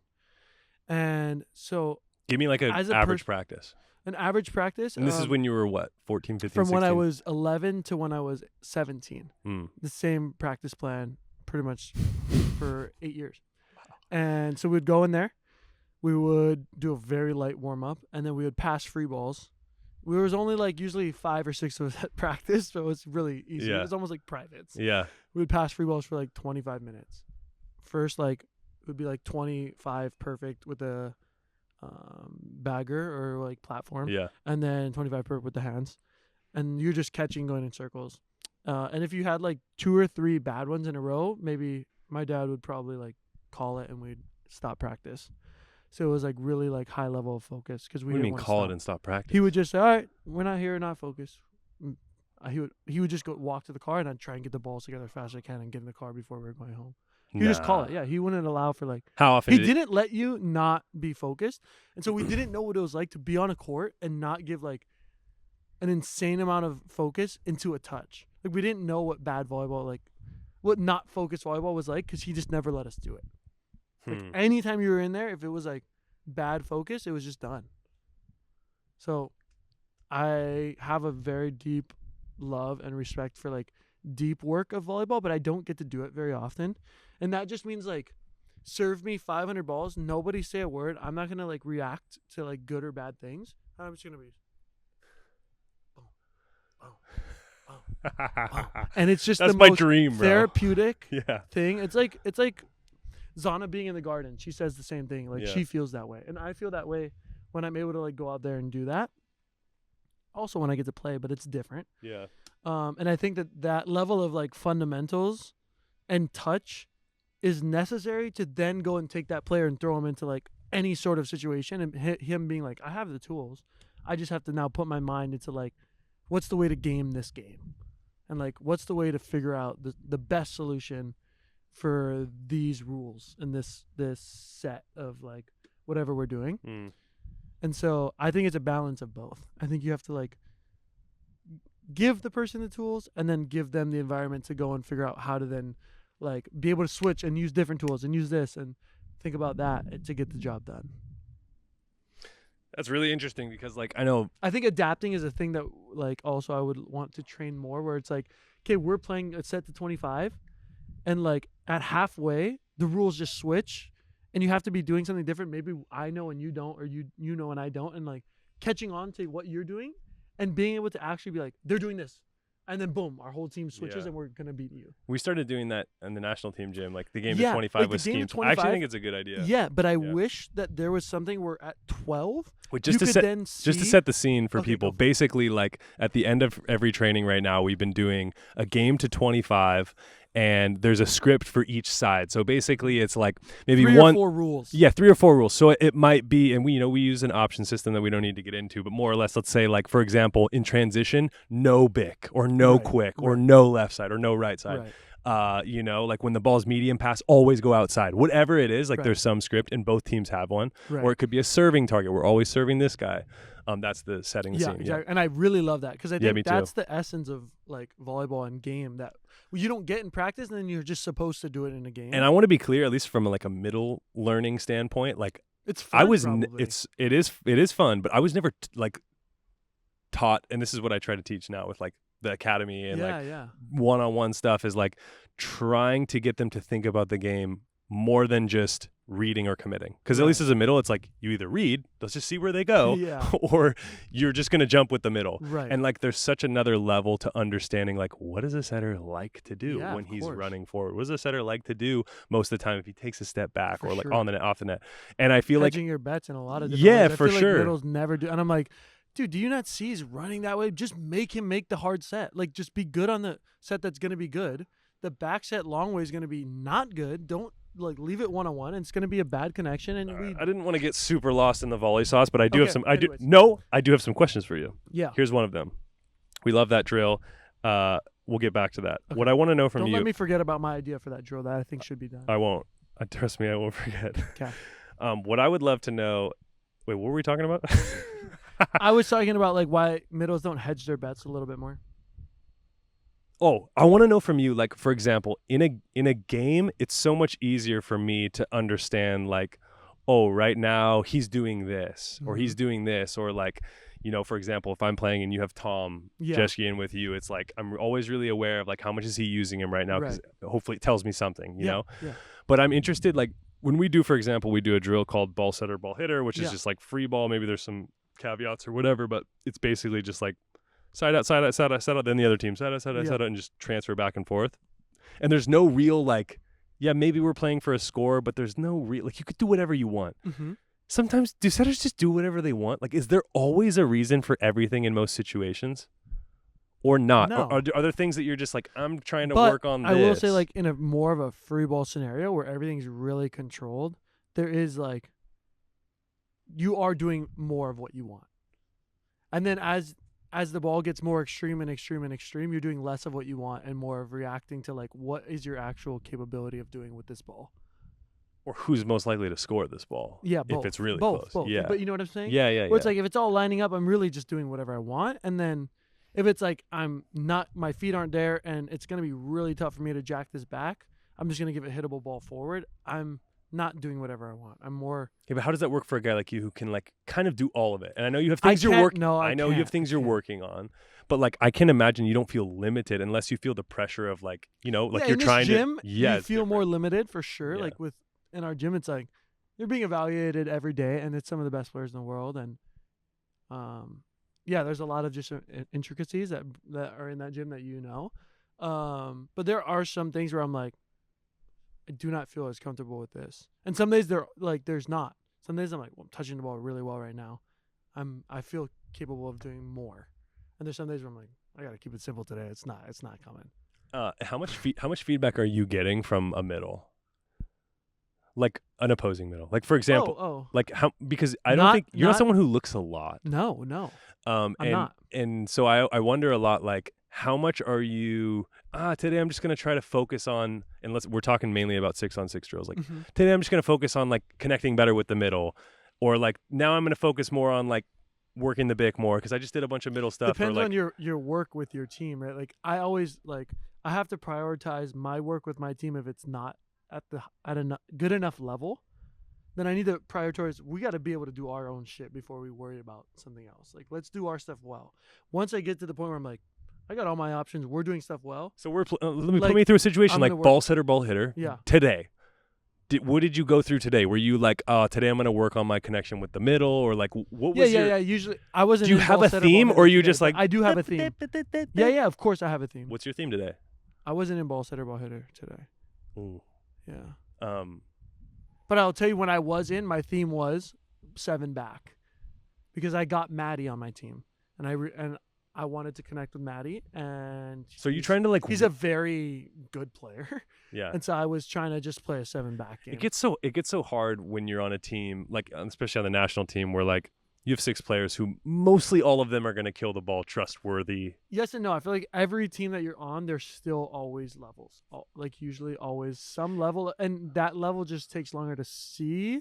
And it gets, the window of your decision making just becomes pretty much like do sets or like 23 all games. Where like I'm feeling a little bit like one of these 2 or 3 guys should get the ball.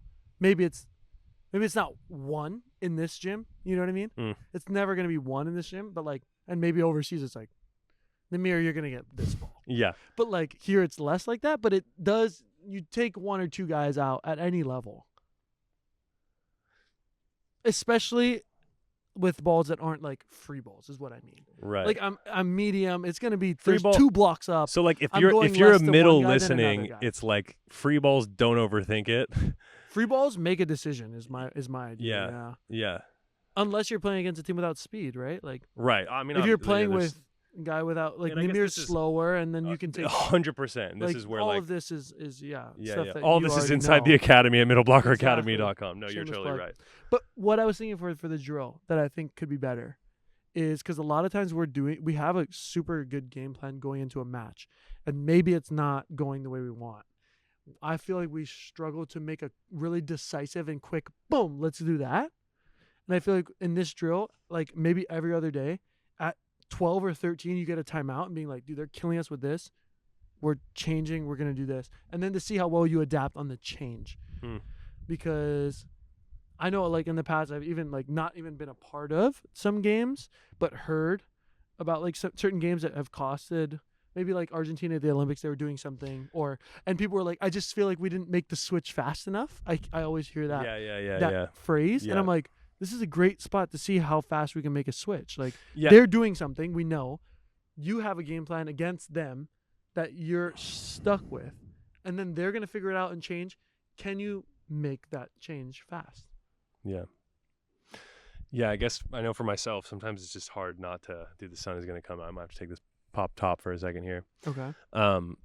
I think what's hard sometimes for me is like, you know, sometimes like, for example, like let's say you streak the middles. Yeah. Middle. And I'm like, all right, this next ball, no way he's doing. Of course. This is a gym where you got to please everyone. Micah takes advantage of that a lot. Yeah, where he'll do like 4 in a row. And I'm like, fuck, damn. Especially with a drill like ball setter, ball hitter, where you know that as a setter, we have a responsibility to make sure everyone gets a few. Right. And like Micah takes advantage of that because it's like he'll go to Jeff and then he'll go to Jeff and it's like, okay, he's got to feel like he's going to get someone else involved. And because of how good he is and how like strong of a position he has and just like how strong of a mindset he has, he like is able to curb that and say like, no, I'm going to do this and give Jeff 5 balls in a row and no one else touches it. And you guys are all going to deal with it. Yeah. And like, that's what I think like is the next level of my evolution is like being able to ignore certain things that need to be ignored and like what's really placing my mind on like, we're going to win. Everyone might not be as happy with the distribution or with whatever, but like we're going to beat them and then that's my job and deal with it. And by I'm not good at that. Ignore, you mean like ignore the fact that maybe like some guys are like, bro, can I get a ball, dude? Or like, I need to find my rhythm, dude. Or like all the kinds of things you have to deal with as a setter. Yeah. And really put your focus on winning the match and what needs to be done. Even ball setter, ball hitter, even like games. Are you just doing this? Like this is a podcast. Are you just doing this to just try and get better at ball setter, ball hitter against me? No, I don't care at all, honestly. Okay. I guess in my mind, the reason I was so curious is like, games are simple to me. Yeah. Maybe not always in the beginning, but like you talk about your team in the mirror, it's like when you guys are in the 5th set in Champions League, it's like you're hucking every ball to that guy. Right. Maybe a couple to Tom, maybe but like you're not setting your second middle unless you said it once. See, that what's tough is that I'm the guy that does that. Right. And I've got a lot of pushback on that, like from certain players.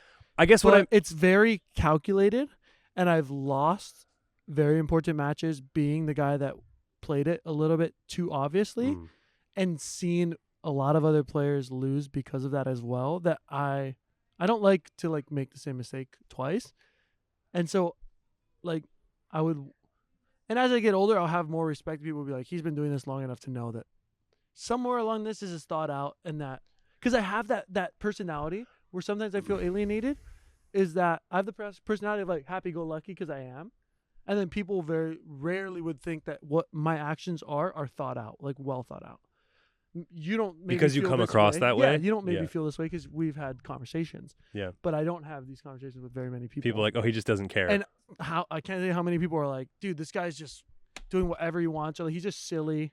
He's not that. And I'm like, no, these are all like it's pretty calculated when it needs to be calculated. I mean, is there such thing as a wrong decision? Because on one point it's like, according to I'm telling you this. According to non-setters that are on your team, they think that there is. I'll tell you that right now. Fair enough. I don't know the answer to your question. Maybe yes, maybe no, but everything's hindsight 2020. Like Monday morning quarterback, where it's like, oh, I can't believe you said this guy. And I'm like, dude, he puts that ball away. You're not having this question. Depending on it's a matter of him putting it away or not. And depending on what team you're on, like, here's what I know, and correct me if I'm wrong. When you're overseas, you do whatever the fuck you want. Yeah, a lot of it. Yeah, because you're not getting replaced. 100%. When you're in the national team, I can imagine it affects you differently because you don't have the same freedom of like this game, like 13-14. I'm gonna set that second middle because no way anyone. And this, what I was gonna say earlier is this happened to me in Resovia, where we went like 5, or it was like end of a set, third set maybe, and it was like tight, like 24-24. And he sets this middle that like statistically he sets like 4 to 6 times in a 3 to 5 set match. So like maybe he's getting 1 a set. And I'm just like, no chance he's setting this guy. So I go direct, sets him. Yeah. They serve to us. They get the ball back over, sets him again. Yeah. And I was like, you really fucked me up, dude. I talked to him after the match. I was like, dude, why? See, and he was the kind of, he came off as like the kind of cocky setter that knew his place. He's kind of been around Poland for a long time and like could do whatever he wanted. For sure. And so I always find that so fascinating where it's like, if I would have stuffed him or touched or whatever, like everyone as a would be like, oh, that's a terrible choice. Why'd you give him this ball? And that's Monday sucks, morning quarterback. Yeah. It's like you can never, your decision making relies on the ability of that person to then follow through with it. Does that make sense? Yeah. Where they're like, that's a great choice. And I'm like, dude, he had 3 blockers up. He put it away. And then there's like 1 on nobody. He hits it out and they're like, that's a terrible choice. I'm like, this is professional volleyball. You can't put a ball away with nobody up, and then that's about the decision. I don't know about that. Okay, I want to go back to That was such a calm transition. Yeah, because I was like, I don't want to talk like so much. Volleyball, yeah. Not even just volleyball, but because what I was really interested in, I'm kind of just like, I'm experimenting a little bit now. Like, I would love to know from you, you don't do the national team for a summer, or you didn't? Two summers. 2 summers. Yeah. Like, let's say, okay, take me back. You could either talk about what you would do in the future or what you did in the past, but like, you don't do national team for the summer. How do you spend your summer? That's the question you have for me? So lame. And what's your favorite color? Yeah. If you had $1 million, what would you do with it? No, I guess I asked you because like What are you really curious about? What I'm really curious about is like, how would you train in an off season if you didn't have the national team? Because you told me the reason you came back is you started to realize, and correct me if I'm wrong, you started to realize like, I still want to get better, and I think I can get better with the national team, like really develop as a setter. Yeah. And you feel like you're able to do that now. Yes. And so my thought is like, let's say that's not even an option for you. Yeah. How do you get better as a setter without the national team? Like, what would you actually do to be like, I'm still going to progress, I still want to be the best at volleyball I can be, I just don't have that as a resource anymore? Yeah, that's a great question. And now it's a fucking great no now it's a great question. It's a great question now. All right. I needed some clarification. It did. That's a good question because I wasn't in that exact mindset when I did take the 2 summers off. So those 2 summers were a lot of just hanging, spending time with people. And you need that. Like, you need 100%. And 100%. that was what those summers needed to be. Right. And then I had heard that Javi Weber was there, and skip past that. This next summer, and I really wanted to be a part of that group, and so that's where that also cultivated me wanting to get gave better. you the juice to come back. Yeah, exactly. Yeah, I shouldn't have skipped through that. That is really cool. I'm so happy you came back, bro. I mean, oh, thanks, bro. Yeah, having someone me like you on too. the It's team been great. is great. It's been sick. So great for I'm me. I'm super happy I'm back too. It's great. I've been loving it. Yeah. So let's talk about it then for the future. Yeah. Like, let's say next summer, let's forget it's an Olympic year, forget it about the national team.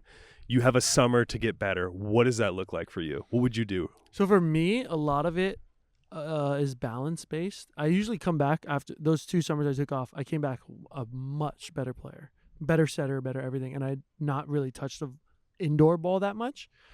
But a lot of what I think makes me, I know I'm like, this is so rude interrupting like this, but I do want to pivot really quick with you here. Let's pivot really quick. I didn't have anywhere that great I was going, so it's fine. Well, no, I guess, and no, I was really like, how would you train like yourself? But here, let's before we get there, I do want to talk about this because you brought it up, this idea of like not touching the ball or not training and getting better. And I think I said to you, like, this happens to me all the time. All the time with serving. Every time. We had 2 weeks off recently. Yeah. We came back and I was like, my serving is fantastic. Yeah.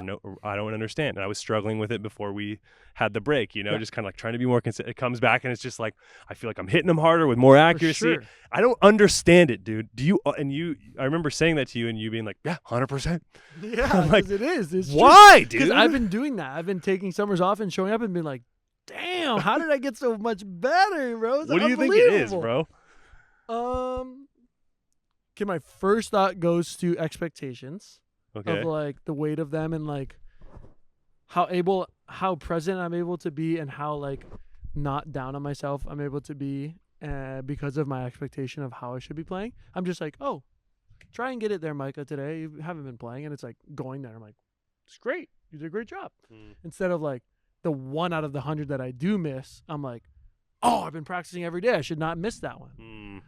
So expectations is 1. 2, I think like a clear and healthy mind and body like goes a long way. And I feel like your mind can get pretty muddied, like yours on serving or like mine on a specific set. Your mind can get really muddy, like the water gets really muddied is the word I guess I'm looking for. Muddied. Well, it's one of those words, but like you just can't perform that well with a unclear, foggy mind. And like our mind gets foggy with like trying to dissect things so deeply and like analyze and get so obsessive over instead of like, all right, and I remember how to do this. Toss it and hit it in that direction. And there's such like, and then boom, you do it. There's such layers to everything you're saying too, right? Where it's like that can be seen in terms of like you've been playing as like on different spectrums where it's like you've been playing professionally for me it was like the last 8 years. Yeah. And I had points where I just felt burnt out. Yeah. And you can't stop because you got to keep going. Yeah. So then it's like, how can you find that now within like a day or a week or a month? Like finding little windows. Does that mean that like you fit like it's so interesting because like I'll go through periods where we finish training and I want to go home and I want to watch some video or I'm really and then sometimes I go through periods where I'm like fucking over this, bro. Like I'm trying to go like do something completely unrelated 100%. To volleyball, you know? 100%. And you're trying to find these little windows. And I guess what is so interesting, the journey that I feel like. Wait, can I cut you off on this? Yes, you did it. Thank you, God. Okay. Dude. What am I even talking about? No, because I completely agree. So I think that comes in like those momentum waves is like, because I'm not the guy, like a great example is like Matt Anderson, who's just a machine. Yeah. Like the guy is a machine. David like, Smith also. A machine. And like you have to know who you are as a person to be able to, like I'm not able to do that. And so my own ways of that is I don't maybe have this like this type of mindset. I have like, I'm motivated, here we go. Yeah. And then it's like, I'm losing some motivation. And so now mine is just about like, how far can I get up when I get the motivation? And then when I don't have it, how minimal of a drop can I take so that the next round of motivation, I get higher. Interesting. And then plateau and then higher, where it's like I'm more focused on that because I know that that's who I am. Yeah. So how can I then take who I am and meet the guy that takes a step every day, where it's like after a year, Matt's steps like this, mine like this, maybe we're even, maybe I can even get higher. Because like those highs, like they're going to be, I'm going to take 5 steps. I'm going to jump over 20 steps today. Right. And like, he's like, no, I'm going to do it today, tomorrow. And like, they say the greats are like that, but I don't think that's always the case. I think that there's other ways. So I think that's the first thing I thought of when I thought of that. It's like, I love that. When it's like a down period, I have no stress and I don't feel bad at all. I'm like, this is my down period. I know it's coming. Like I'm eating this up. I'm cool with this. Like, I'm going to check out. But I do also purposefully try to time those down periods in moments that I can afford them. So for example, those off summers, I can afford them. Or, okay, we have 3 weeks where it's like, not to say this, but not great games. It's not Champions League. It's not the finals. Let's try and provoke that down period early, even though it's not coming. What does that look like though? What do you like, I'm not going to watch film today. Like, even though I might want to, I'm like, nah, this might, even though, because I want to get that out of myself. So that I'm still hungry and like my enthusiasm it's like boom, right at the end. I'm like, in the finals, I'm like, oh, I want to watch film today. But that's because I had already pre-planned my timing of when I want to go down. I feel like it's like trying to miss volleyball when you don't miss volleyball. Yep. Another example of that I've realized is they do better in Europe, and some coaches do that. Dude, when you cut off a practice a little earlier than it's supposed to, the next practice, people are actually excited to be there. It's genius. Yeah. Like, and then once you go over that, like, now we're over it, and it goes down and down, you're like, the next day is going to be different. You know, but like when it's like, oh, that was a great drill, we want to cut it off, and it's like, I'm leaving you a little bite and you're hungry, and I'm like, taking it from me, it's like, I'll see you tomorrow. You know, like, and then it's like, hey, we're back. And then you start on the same drill, but you have to you have to be intentional, and people aren't intentional about those things. So did you feel like when but that's something that I think we're very similar in that way.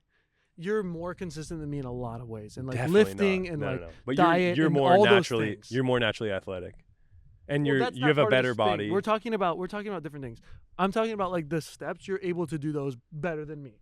But like you're still a guy that's like, oh, I'm super motivated, and like I'm not really motivated, and like that's how I kind of. You know what the difference is, and I love the way that you worded it, and it's an inspiration for me to hear you word it like that. It's a cool, or rather, a really cool way for me to reframe how I think about it, because I'm also someone who's like, we're going up. I'm maxing out today in every exercise, you know, or like tomorrow, I'm like I don't want to lift. I'm rocketing like this, but then my problem is, then I come down hard. Yeah. Like I'll be like all volley, all whatever, but when I burn out, I'm like going to bed tomorrow, I guess. I'm gone. You're a man of experience, which I am too. Yeah. And I think, but it doesn't have to look like those moments of not motivation. I guess in that sense, I'm lucky because like I won't even like work out, but I'm so excited about other things that I'm still very active. So when I come back, it's like, dude, have you been lifting? I'm like, no. And have you been practicing? I'm like, no, but I played pickup every day and I played fours every day. So it's like, I'm still fine. Yeah. But it's just, it was a little different game. So I was excited about it, and it made me like, I need a ball to run after. Right. To stay in shape. I can't do cardio on a treadmill. Like some people can't. But I just know like, oh, if I need to do cardio, I'll go play pickup, you know? Because there's a ball that will make me go back and forth with. And you now lead me into something. And those are some ways that I mitigate the downfall, you know? Yeah. So what's your ideal way to train? Like I don't even want to say if you had kids or if you were a coach, but let's even just say for yourself, and you can take either one of those roads. But like, how do you find the balance between like, you're a setter, you need to work on setting, you need specific setting, and also, I don't need to just like do all these drills to make me a better setter. I'm gonna go play basketball. I'm gonna do this. And I'm gonna come back and be like, what the fuck? I'm a better setter. How would you train that? Like, how do you find that balance? It's just there's no plan for me. Yeah. There's no plan. And that's bad, but it's not. It works for you. Yeah, there's no plan, but I have a plan too at the same time. I mean, some of it's simple. It's like, well, if I need to stay in a type of shape, I have to do something. That's like the base start, you know? It's flexible. It's flexible. Yeah. It's like today I feel like I can really get a lot out of it, and tomorrow I can. What does that look like? But I think to answer your question of where I think you want is I would love to do that deep work flow where like it's 30 minutes of no talking. No one's allowed to even open their mouth. And what that does is it stops you from even having an out to be sidetracked about anything or to get caught up on anything or to apologize for something. Like it's like really, I would suggest people, if you are listening, to go do like 10 minutes of like free ball passing where you and your partner can't speak. Like, and just pass back and forth. It's like the most amazing, beautiful thing. Yeah. I would love to do that as a setter for like 30 minutes every other day of just like, no one tell me any feedback. I'm just going to do it for a long time. And then I would like to be in games that can like move me around mentally where I'm like, oh, I got to do that. And like really challenge my problem solving ability. And then in between those two things, it would have to be me and some of my own like weapons, which I would think of like you and Tommy or like some guys, we really having some deep work on like our connection, what we're doing in certain situations. So that when we get to these games where it's like, okay, no hitting all tips and rolls, we have this connection of like that we're capable to really perform well in that situation. We know each other well enough. We can communicate efficiently. We have a set ball that I love to do and that you love and that we've worked on. And like, so it's like my own deep work, 30 minutes, no talking. Me with my boys that we're going to try and win the game with, like really ironing it out, but like, not overanalyzing, but like feeling it and going, getting reps and all that stuff. And then a game situation where it's like, you boys together as a team need to figure this out. You know what the most out of everything you said I like the most is the 30 minutes no talking, deep work. Because I think also what you're really trying to teach athletes, and like from a philosophical standpoint at least, it's like this idea of like non-judgment. So it's like not getting, and this is something I work with a therapist on in my own life about like not getting too attached to the highs. Allow yourself to go ramp up, but like not getting too attached to the highs. That could be like having a good game. We all know what it feels like to like have a good game and you're just like, oh, yeah, all these people liking my shit and like sending me messages and like, you balled out. Like it just feels great. Yeah. But then like you can have a bad game and like it can feel just as bad as it did. Like they're in contrast, you know? But I don't think that your therapy is way smarter than me, but I'm that way as well. But like, I feel like I don't want to let go of me on the highs as much as I want to let go of me on the lows. Wait a second. Okay. What I'm trying to say is the reason I brought it up is like, to me, more or less you could say it's like yin and yang. And I'm someone who falls a little more under like Eastern philosophy more that I resonate with. Yeah. But like what I really liked about this drill was like, it's this idea of like, you're not getting super like, oh, that was in the net. I set that one in.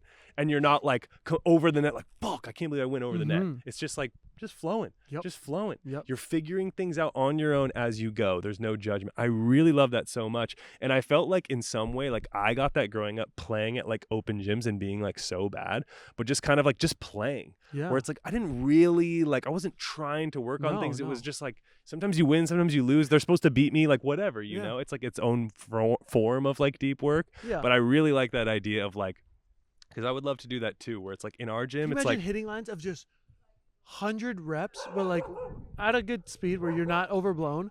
Nobody talks and we're just vibing and just like, I'm just putting the ball and like we see what's going on and we figure it out. And it's like, there's no rush. There's no like analyzing or like, and I'm not saying that's where deep work fits in because sometimes connection based things need a little vocalization. Yeah. But like, so like me doing free ball passing at 12 years old is different than that, and me setting Yeah, but a hoop. But like, I also feel like maybe I've never thought about this before, but maybe that could be a different experience of deep work where it's shared deep work. Sorry, we're on a walk street and there's a lot going on. Go ahead, you can do it. You can work through it. No, I was just thinking. This face of just pure like not able to. No. What I was gonna say is, I just fucking completely forgot what I was gonna say. But you were saying about the hitting lines of no talking. What I liked about the deep work, I thought about it more in terms of serving, where I thought it would be really nice, because I think a lot of times you see coaches, especially with young players, and even us sometimes now, where it's like, that one was a little lower. And for me, at least, I would say probably 10 out of 10 times, I feel like I know if it was too low or too high, or like I don't need. But even I see that working for. Wait, kids. can we in Yes, please. Here, Zana, come here real fast. Hey, how are you? Good. Is this the first time we were meeting? No. On live TV? Is this not the first time, is it? I hope not. Here, Zana, can you take a seat really fast? Do you mind? No. He asked me about like one of my favorite ways to train, and I was talking about deep work. And I had just done a practice where they needed me to step in and help her and her beach partner. And I was like, let's try and experiment with like 13 minutes of no talking. And so we were talking about how like just not allowing to talking might help or not help. What was your experience like when you did it? And what do you think like are the benefits or the cons to it? I think that it made me realize how much like inner thought there is, and like how much I just say things like to my teammate or just out loud just to say things that have no value. And like by the end of it, you just find like a different level of like rhythm that I think can be distracted oftentimes by like words. If that makes any sense. That makes a lot of sense to me. Well, like, because I've done it before, and the words just always get in the way a lot of times. Like, give me an example, like of what you guys did. So we just did where I would just serve them from half court, and they would just receive, and we'd do like 50 of them, and then we'd switch, and then the partner would do it. No talking for not even a word for 13 minutes. And you find like when you go overseas, like we don't speak the language, but we figure it out. Like we know how to like get around, and like it's that like that when you're doing like. I would switch sides of the court, and her and the partner would be like, must mean that we're going here. And then they would just migrate. And you just start, like, playing off of each other without And, like, I think we're all at the level where it's, like, we know what we're doing wrong most of the time. And so, like, that's just not that necessary. And so, like, we just made adjustments based on, like, what we know instead of having to be told it, which kind of, I think, was, like, nice. Not having to be, like, my partner saying, like, oh, set me a little higher. Like, obviously, I know I need to set it a little higher. Dude, it's so clean. And also, like, I missed one serve the whole time. And I was like, normally I would say, like, oh, sorry. Like, and it would be a whole thing. And I missed one serve and I wasn't able to say anything. I was just, okay, I'll go again. We're also girls and we like talk a lot. Yeah, but Micah and I are both boys. We've talked a lot. We talk a lot. But I will say this though. Like a lot of times, like for example, you know, especially with the middle, you're supposed to like. Furby says to me all the time, like call like 101 777. Fuck that, bro. I don't want to do any of that. I don't like talking in general. Like I don't even know how like Justin Bieber like sings and dances. Like it's almost like too much for me vocally to even handle like talking and playing. We're talking about now talking and playing in general. I feel like that's distracting for me. This is like I guess a little bit of a side bit, but do you ever find that distracting or nah? See, I guess as a setter you don't do it as much though. You're not like. See, I would say that you need to reach a level of connection where then that is the best way to do it. But I'm not saying not talking at after. Time, I would really appreciate if you were louder and be like 777 because I'm like I haven't played with you enough. Dude, can I be honest? It's like middles wearing knee pads. I'm just like I don't know what it is about like calling your set that seems so lame. You think it's lame, but it helps me so much because it's like confidence I have in the delivery and that like it helps me a lot. And there was a coach that did this drill that was really funny because it made a lot of sense. He said, okay, outside hitters, because they weren't calling like shoot, go, or high, and they just were expecting it. And then the ball would be wrong, and they'd be like, I wanted this. He's like, okay, line up. And he would toss them a ball, and then he's like, okay, set. And they would set forward. He's like, no, I wanted a back set. And he'd toss. And he did it for like 3 minutes. And every time they set, he said he wanted something different. He's like, no, high ball, back. I want it. And they're like, and they were just all like, what the hell? Like, yeah, you need to tell us what you want. How could we do it without knowing? He's like, that's what you've been doing the last week of practice to your setter. Bro, what's so... And they were like, oh, and then after they're like, I want to shoot. And like, I want a high ball. And I'm like, thank you. Like, I actually know what I'm doing. Dude. Granted, on my Lukua team, we also didn't talk one bit on the court. But that's because we played for 6 years together, and it was just super efficient. I just made me realize how stubborn I am. It's like today, where I'm like, hey, Micah, send me a chill pipe, dude. I got this thing, like when we're warming up before like hitting lines or whatever, we'll do 2 minutes of hit whatever ball you want. And normally I'll hit some bics and flares and like trying to hit them on tempo, But I never want to tell them like high ball or super or fast. I'm always like, chill D-ball. Yeah. And I'm always in my head like, damn, how chill does he mean? Like, is it like super chill or is it like just? And then chill? you'll fuck it up and I'll be like, what the fuck, bro? Yeah. And I'm like, and he's like, no, dude, like chill. And I'm like, it's the same word you gave me. I don't know what that means. And I don't either. And you know what it is? No, straight up, I don't either. But I love adjusting. Like, dudes, I used to do hitting lines like, not all backwards, but like where I'd take an approach from like super sharp one way that I would never do in a game, or no step approach, or like do A balls where it's like you just love novelty. I start at the 10-foot line and I tell them to set me an A ball. Where I have to like step close and hit behind me because I don't get to do that anymore. Yeah, and like when I trained in Hawaii, like bored. I was doing tons of. I'm bored. Yeah, you're bored. I'm so bored. Do you get bored in your training or not really? Beach is so fluid and hard. Beach is so fluid, but also I was thinking like. Hi, I'm Zana. No, like in beach, like a lot of times people are like, oh, that's good. Because it's so fluid. Like it's not like we don't have 50 sets and like it's not so specific because there's not as many people on the court. And like for me, I'm like, okay, but like what do you actually want? Instead of like most of the time people are just like, oh, that's good, or just like a little more inside. But it's like so vague that I like the more specific is like helpful because then it's like, okay, I can actually focus on one thing. It's more of a dance with moving parts where it's like it's more about the relationship than a spot on the court or like. Yeah. But then I think people get carried away with the fluidity when sometimes it's like, no, if you tell me exactly where to put it, then I can actually do that for you. And like we can all do better together. Right. Go ahead. No, I have nothing to say. Taylor, you go ahead. It's your podcast. No, I was more interested, honestly, to know from you, and I don't know anything about you, so this is really exciting for me. But just like, do you get bored with training? No. I get bored with a lot of things. Yeah, it's almost one of the few things you don't get bored with. Beach, there's just like there's so many things you have to be good at. So it's like one day I suck at passing and then I have to do that for a month and then I get decent at passing and then I have to work on setting and hitting and defense and serving. Dude, it's so true. It's what your dream is. To be like everything. But because as a middle blocker, Taylor struggles with like, okay, I just block, I just hit a one ball and like Well, first of all, I take that slightly offensively, but also I totally agree with you, but then I totally disagree with you. It's so but hard. Like respect. There's no need for that. We all know that it's the hardest position and everyone respects it. But what I really wanted to know, I guess, was like, for me at least, I mean, you said it before, right? It's like you reach a level where you're like pretty good at like the thing you should be doing. And so I guess for me, like, yeah, to your point of like in the middle, I'm like bored and I have to make it. There has to be something I can pull from today.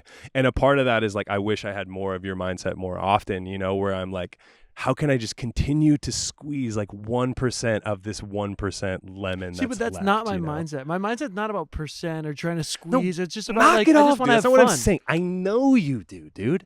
But whether you're intentionally or unintentionally doing it, you are squeezing it because you have found a way to tap into this like reframed mindset that is just genuinely you, which is why we all love you so much. Like you just genuinely bring out this side of like curiosity to what someone on the outside or someone like me who can get sucked into the bitterness of like, this is so fucking boring. And now as someone who prides myself in like, it doesn't matter what environment I'm in, like I'm going to find the thing to be curious about or get better at. I've reached a stage where it was like, in some way I got pessimistic with volleyball, at least as a middle, and was like, I'm really good. And if I can just stay healthy, I'll just continue to be really good. And then what really fucked me up, dude, is I had knee surgery. I was living in Porto down the street, and I had knee surgery. I tore my patella tendon, had the surgery. I recovered like 6 months later. COVID hits, March, whatever. So then like there was no national team that summer. So I didn't play 6-on-6 volleyball for about a solid year and a half. The season starts in France, playing con, win the championship, MVP of the league, best fucking performance I've ever had in my life. And I was like, I didn't play 6-on-6 volleyball for a year and a half. Yeah. Like nothing makes sense to me anymore. I think part of why you guys get bored too is your guys' schedule. Like there's no, like you're just going constantly. Like there's no time off where you're like, okay, now I really want to get back in and work on something. It's just like constant. And then you like go from the national team back to your pro team. And it's just like, you never have time to like explore other things and then come back curious about it. It's just like so all the time. It's too much. Personal opinion. Well, first of all, check your computers to see where we're at battery-wise. 18%. I mean, you get an off-season with... Yeah, I go to see him for like 2 months a year. Well, also, like... Well, to your point that we touched on this a lot earlier, but like missing the sport is really important as you get older. Like you need to miss it. And some people, it just seems like for me, some people are just like a great example I use all the time and I love him, but Kavika Shoji. Like that guy just seemed to me like he was just day in, day out, volleyball, everything, studying the game, watching the game, everything volleyball. And I was just like, how are you not getting bored, bro? Like you just love it that much. Javi's the same. Javi's the same way. I completely agree. Some people maybe just have it and some don't. Yeah, they have it. I think everybody's different. That's what I meant, like about like how we have to like use our own like about the waves of like how we're really motivated and then we're like, and like other people do it a different way. Like we just have to use what we have, you know? Yeah. Yeah, I people guess are just capable of doing it their way, and it like if we were to try it their way, we'd fail. But let's try it our way to get to the same place, and maybe we can. And I guess more so, I was trying to pull a little bit of like what things get you re-excited about volleyball. Taking time away is definitely one of them. But like I feel like for him though, it's like he's such a unique case because he's excited about everything. Like it's not just volleyball. Yeah. And like you were saying, like his curiosity or wanting to get that 1% better, he's like that in everything. Like so it's just like that's like a mental like thing that he has that I feel like his dad taught him. Yeah. I don't have to say it anymore. I was asking for this. Yeah. Well, we already went through. Ask me about myself, and I'm like, I don't want to speak about myself. I don't know my. Okay. Yeah. What were we talking about now? I don't know. No. What were we talking about in the beginning where it was you were like, I can't. Like you were like, do you ever get mad about stuff? And I was like, not really, but I don't. It's like I've never met anybody or witnessed anything like it where like everything is fun to be a positive. It's honestly annoying most of the time. But like does it make you feel isolated in some way where you're just like yeah. I'm like, no, this actually sucks. Like let's all just be pissed for a little bit. Yeah, and it's almost I almost feel bad for you because it's so much fun to like both be in a situation where like something sucks and we can talk shit about it together. And, like, in some way it's like super communicative. Yes. Bummer, dude. What a bummer. It is fun, but yeah. No, it's not though, because at the end of the day, like what is that serving? No, nothing. It's fun for the bit of it being fun, you know? But like that isn't just a volleyball thing. It's like it goes for every little thing in life, and it's like unlike anything I've ever experienced or like met anybody like it. It's so wild. I don't know how he does it. And do you think you fall in line with like where would you say if Micah is like a 10 and a 1 is just like constantly bitching and complaining about things, like where do you think you fit on that scale? Like a 4. Really? Yeah. Like you err more towards like it's cold. I'm not doing that. Yes. That was my girlfriend. But that's probably part of balance. Yeah, I mean that's nice. Do you find like in your relationship, do you find you guys bond over how you complement each other or how you're similar to each other? We are not similar in very many ways. I asked him a question. I saw it on TikTok and it was like, would you be happy if somebody told you that you were like your partner? And like, you're supposed to say yes and be like, yeah, like I think my partner's great, so I would be happy. Mike is like, we're nothing alike. Like I would be like, you don't know me. I was like, why would somebody say we're similar though? Like they don't know us very well. And she's like, that's not the point of the exercise. I'm like, but if they knew us, they would know that we're not. And then if they don't know us, then why are we listening to what they're saying? What I find really interesting, and maybe it's just me, I'm curious what you guys think. When I was a lot younger especially, I always thought like in trying to find a partner, it's like all the reasons it didn't work out with someone was like, I just wish they were a little more like me.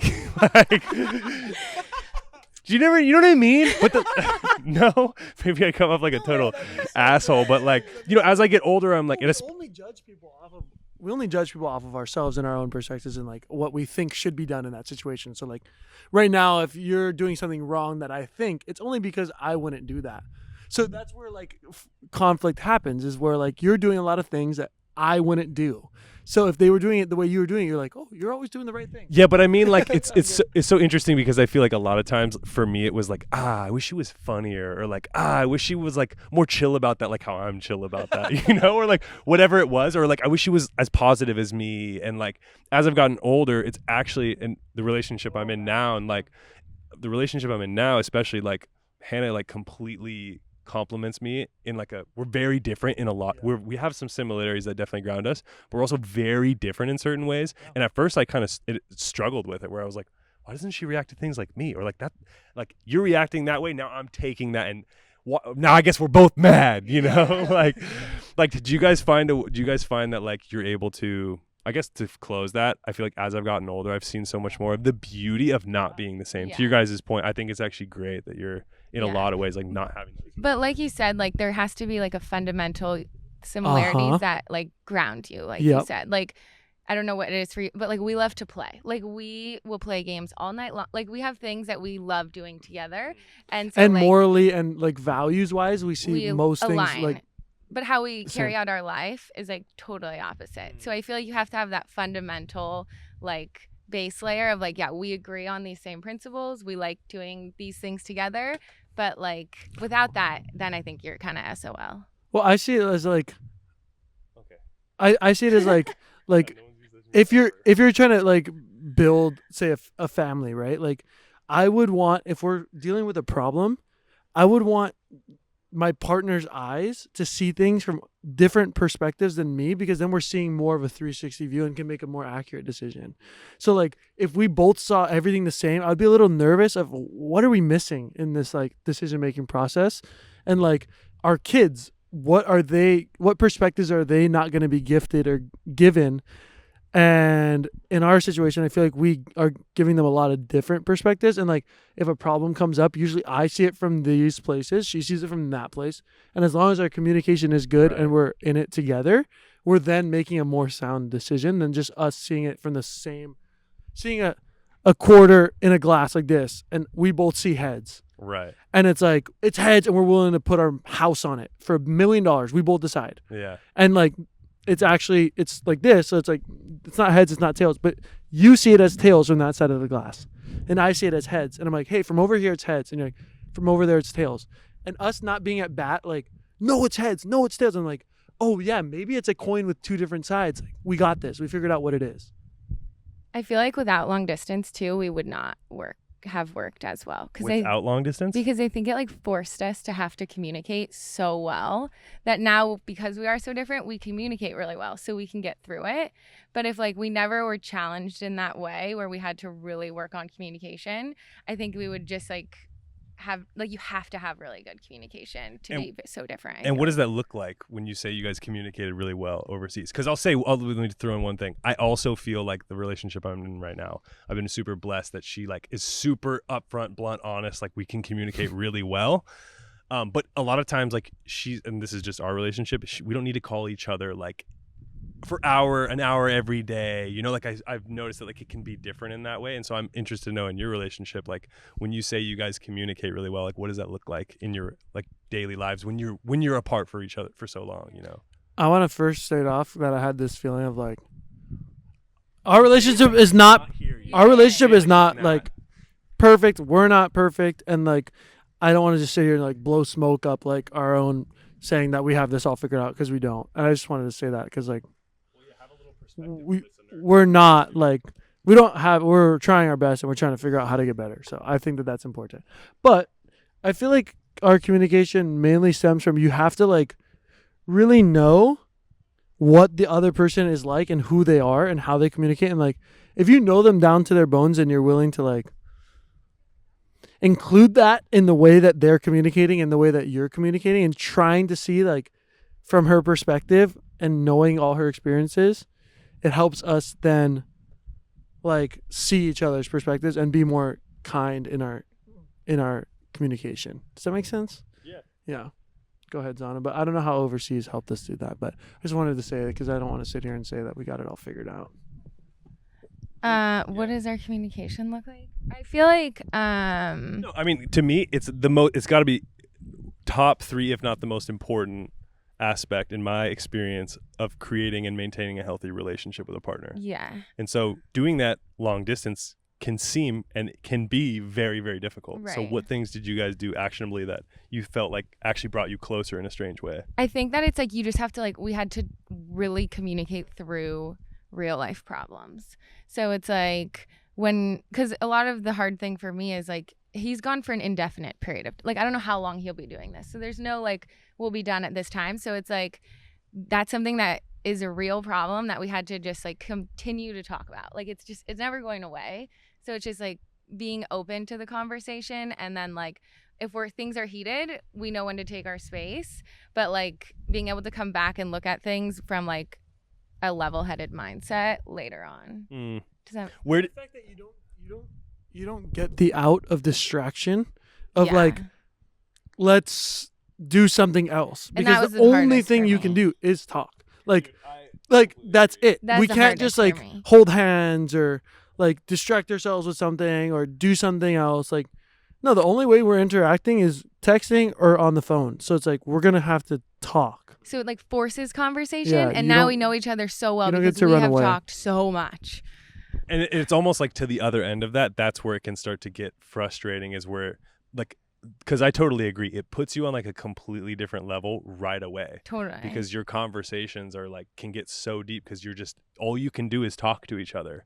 And to your point of getting distracted, you could decide not to have that deep conversation because you're going to go play some game somewhere or do something different. But then there's a fine balance to that too, right? Where it's all right, we know each other so deeply now. Now I want to start working towards, I can imagine the next steps in a relationship, or wanting to pursue living in the same place together and experiencing things with your partner. Yes. And it looks so different right now. And it's so funny to hear you say that, because that's with my partner was the same, where she was you need to tell me when this is going to end, bro. Right. And we're a little older. I'm 31. She's 33. Where it was a little more yo, I'm trying to right. I need to know that there's an end date to this, because I can't just live in your world of yeah, I don't know, maybe I'll play. Because that's how I'm Micah in that way too, where I'm kind of if life gives me the signs of it's time to hang it up, we'll hang it up. Otherwise, if we're cruising, we're cruising. I feel so bad. Yeah. For your poor girlfriend, I can empathize. I feel honestly I have more empathy for you in your situation, because I can imagine it's so frustrating to want to choose to build a relationship with someone with these very open-ended.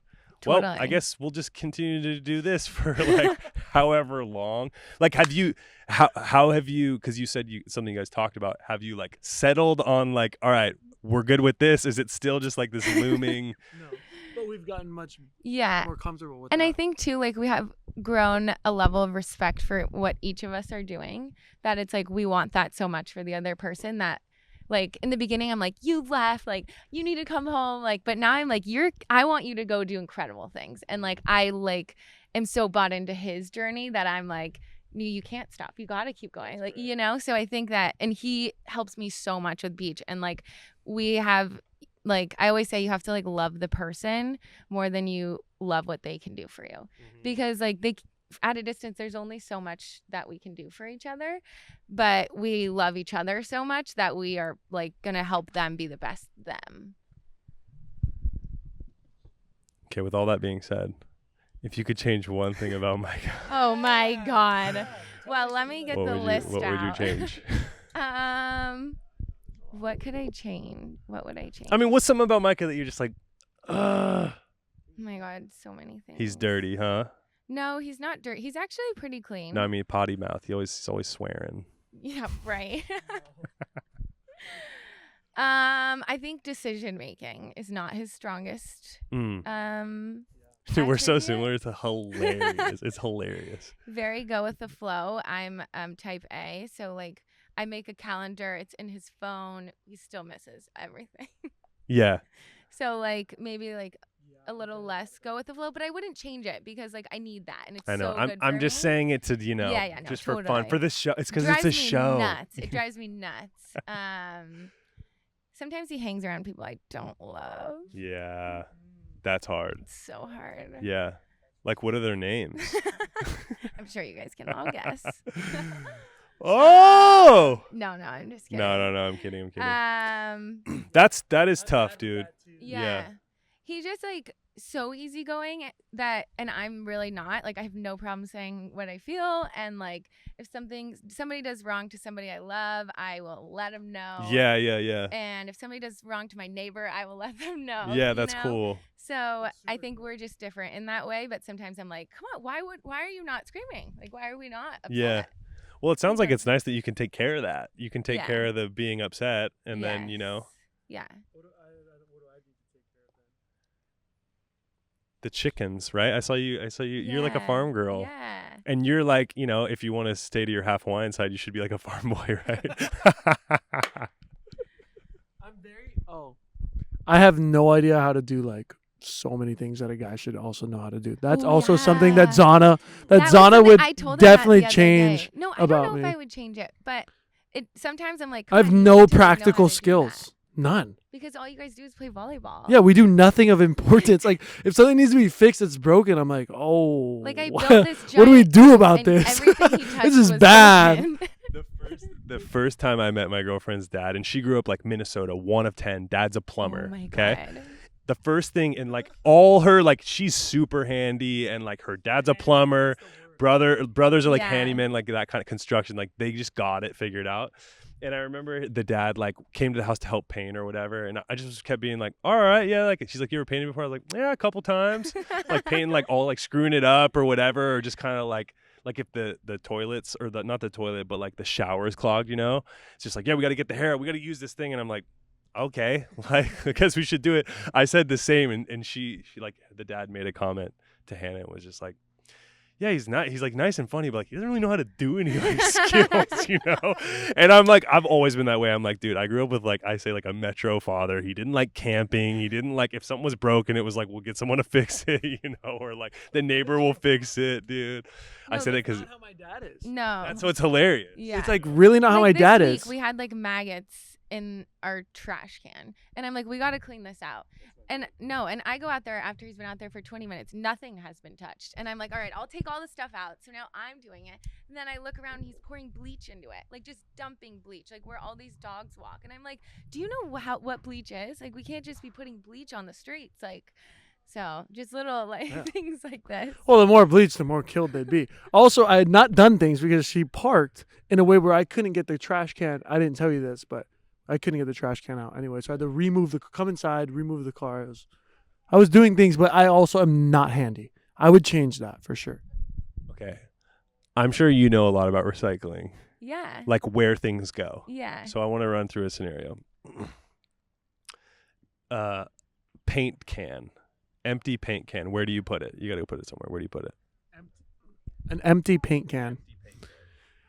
And I need to put it somewhere in the house or throw it away? You have to throw it away. Yeah. Where do you throw away the empty paint can? It's aluminum, so that would be in the recyclables. Is it aluminum? It's probably not aluminum. Golly, this is bad. You know the answers because I don't. Yeah, so the main thing is you can't put it in the sun because it's flammable. So it's like a very big hazard to have aluminum and heat. Or not aluminum, paint and heat. Yeah, you're right. You have to take it to a disposable waste place. Flammable? You're saying it can catch on fire? Yeah. If I had an empty paint can right here in the sun, it could catch on fire? Especially paint thinners and what's the stuff that you put on top, like the shine stuff? A finish. Finishes are really dangerous. Okay. Wait. I want to do another one here. It's today we brought home lunch to go. And we ate it. Maybe didn't finish all the food. Maybe there's a little bit of nibbins in there. Okay. Where do you throw it away? I would empty the food into the compost. And then they were actually plastic containers, and I'll put those in the recyclable. Or I would wash them probably and keep them for a later purpose. Yeah, right. Well, you trained them good. Like, dude, I'll never forget, like, the first time I threw the plastic, like, in the recycle thing, and my girlfriend was like, you have to wash that. It's like, wash it? Why do you have to wash it? I don't know. I have a really hard time with like the food industry and the garbage waste industry because a lot of it just goes to waste anyway. Like most of the recyclables aren't recycled. So I'm very disheartened. I don't understand. Very disheartened by the It's also very confusing because like if I use a bag of Doritos and I finish it but there's like food remnants in it, can it not go in the Well, that's not like recyclable. Okay, yeah. Okay. In the trash. See, I don't know. But we do have a really low carbon footprint. You personally? No, because of our do you own a lot?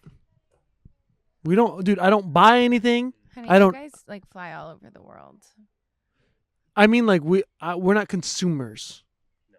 We don't buy anything, and I feel like fast fashion because we can't just buy stuff and be like, I don't have room in my suitcase for this, so I can't buy a lot of clothes or anything or so we just don't own things. We don't own cars. We don't we don't have a lot of waste that goes into the right. That's all. I also feel like to that point, I'm also not contributing anything to society. No, very little. Very little. That's true. No, to my community, sure, but to society as a whole, probably not a lot.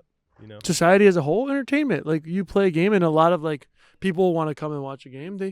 Yeah. That's good. Wow. All right. All right. You're the clown. All right, sick. Dude, did we die? No, I think we're good. 13%. Wow, this laptop. I told you, dude. I told you. It was, dude. This I told you. My charger and couldn't use my own laptop to come do a podcast at Micah's house. Yeah. And your computer was at 45%, I think, when we started, and you're at what now? 13. We've been going for 2 hours. That's insane. Yeah, that's good. Go off max. Yeah. Wait, switch me. Yeah.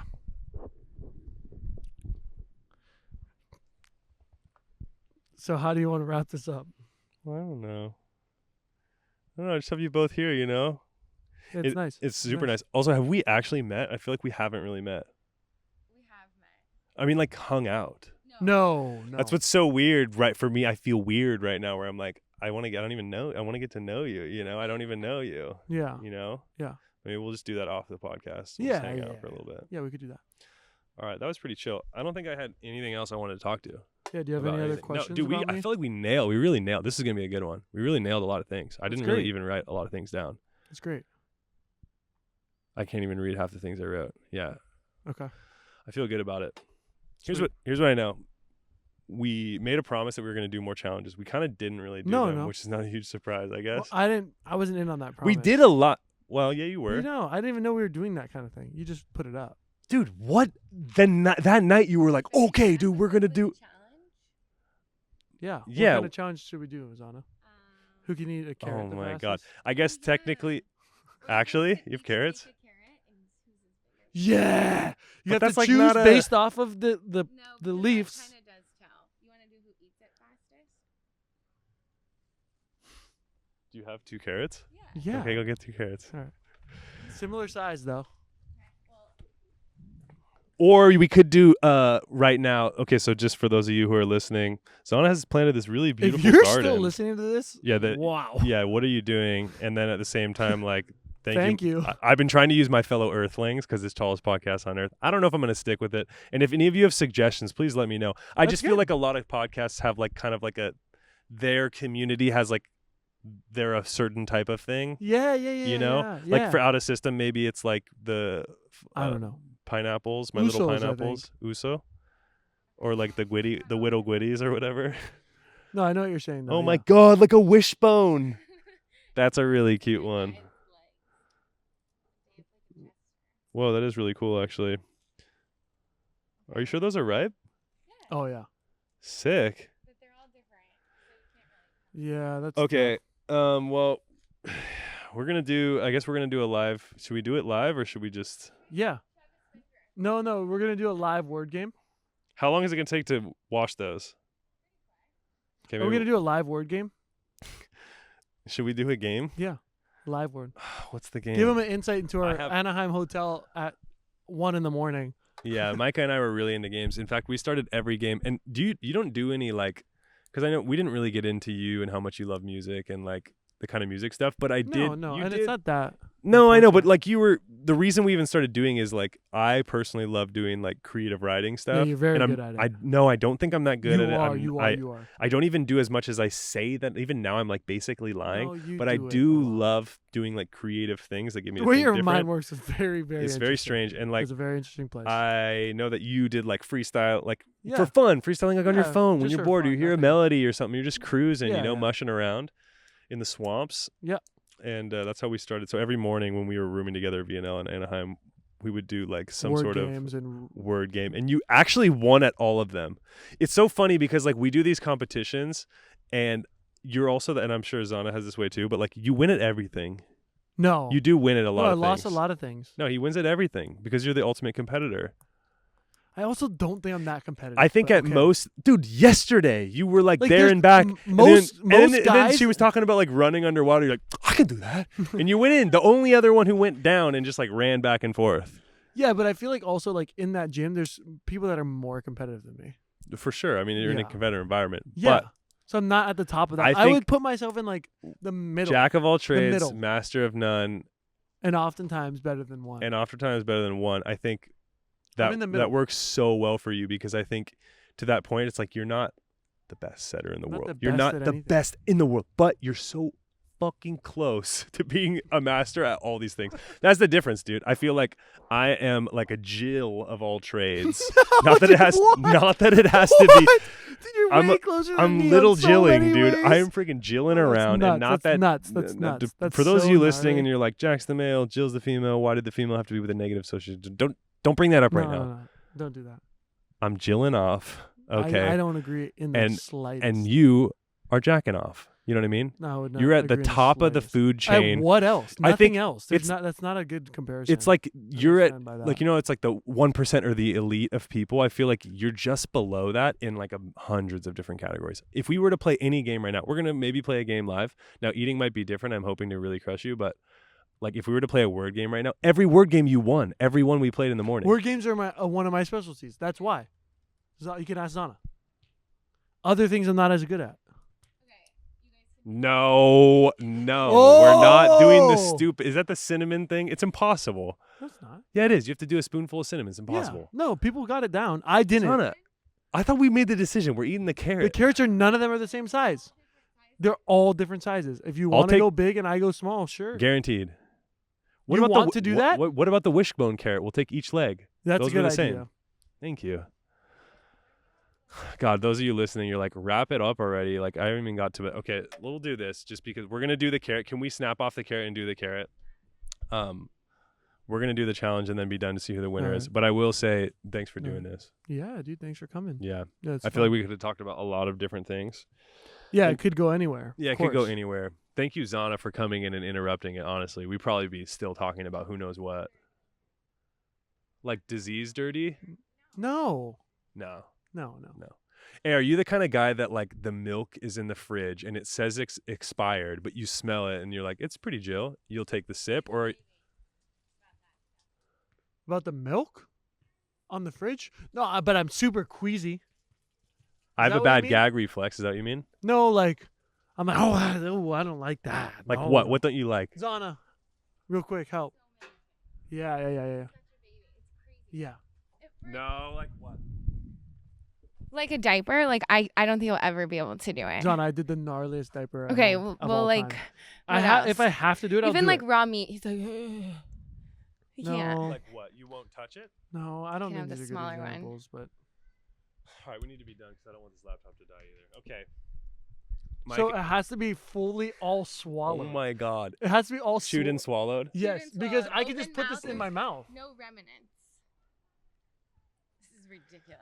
Wait, move your thumb. I feel like I have a very thick. Okay, yours is thicker. Do I get one handicap bite or no? No. Yeah, you said guarantee. Yeah, but this is wait. You get to go first. Ready? Okay, wait. Winner is the master of all. Is the the master of all challenges. Of all you know, traits. The other one is just the jack. Okay. On you, Zana. Countdown. Okay, but you get to go second. You have to go second. No, Zana. He said guarantee he can do it better than me. With a big okay. This is kind of unfair. Let me get one little. I want to cut it to here. That seems like a fair. Okay. No, that is not. No. Micah. That's unfair. That's fair. One's still bigger. That's actually really cool. Okay. I have no idea how I'm gonna do this. Okay, think about it. Steady. Do you have any? Just take one and talk. Do you have any strategies of like? I think it's better to start small. For those of you listening, there's like a thick part, and then the carrot gets skinnier. I think you gotta go short little bites. Me too. I'm not sure. But you gotta. Tell me when you're I just finished swallowing that one piece, dude. We are fucked. All right, 3, 2, 1.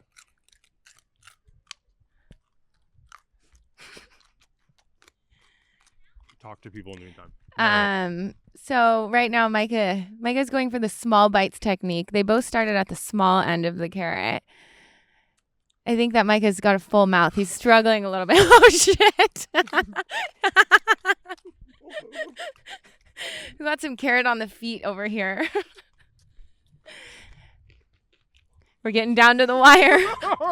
My body won't let me swallow it. Dude.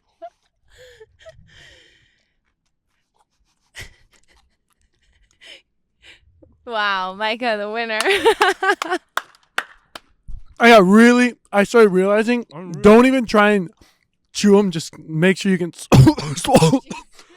I was swallowing big pieces. And then I realized, I actually might choke. And then I had to make them. You could get them down like this. Let me swallow them. It wouldn't let me. Yeah, it hurt. Moisture. I should have. Yeah. I love you. That was great. Micah won. He crushed me. I just am swallowing now like a good boy. And I learned a lot, dude. Don't eat carrots fast. You know what I mean? Yeah, it's dangerous. They made baby carrots like kind of silky and greasy for a reason. Just throw them down. All right, I love you, buddy. All right, you too. Love you, man. Nice to meet you, Zana. Thanks for hopping on.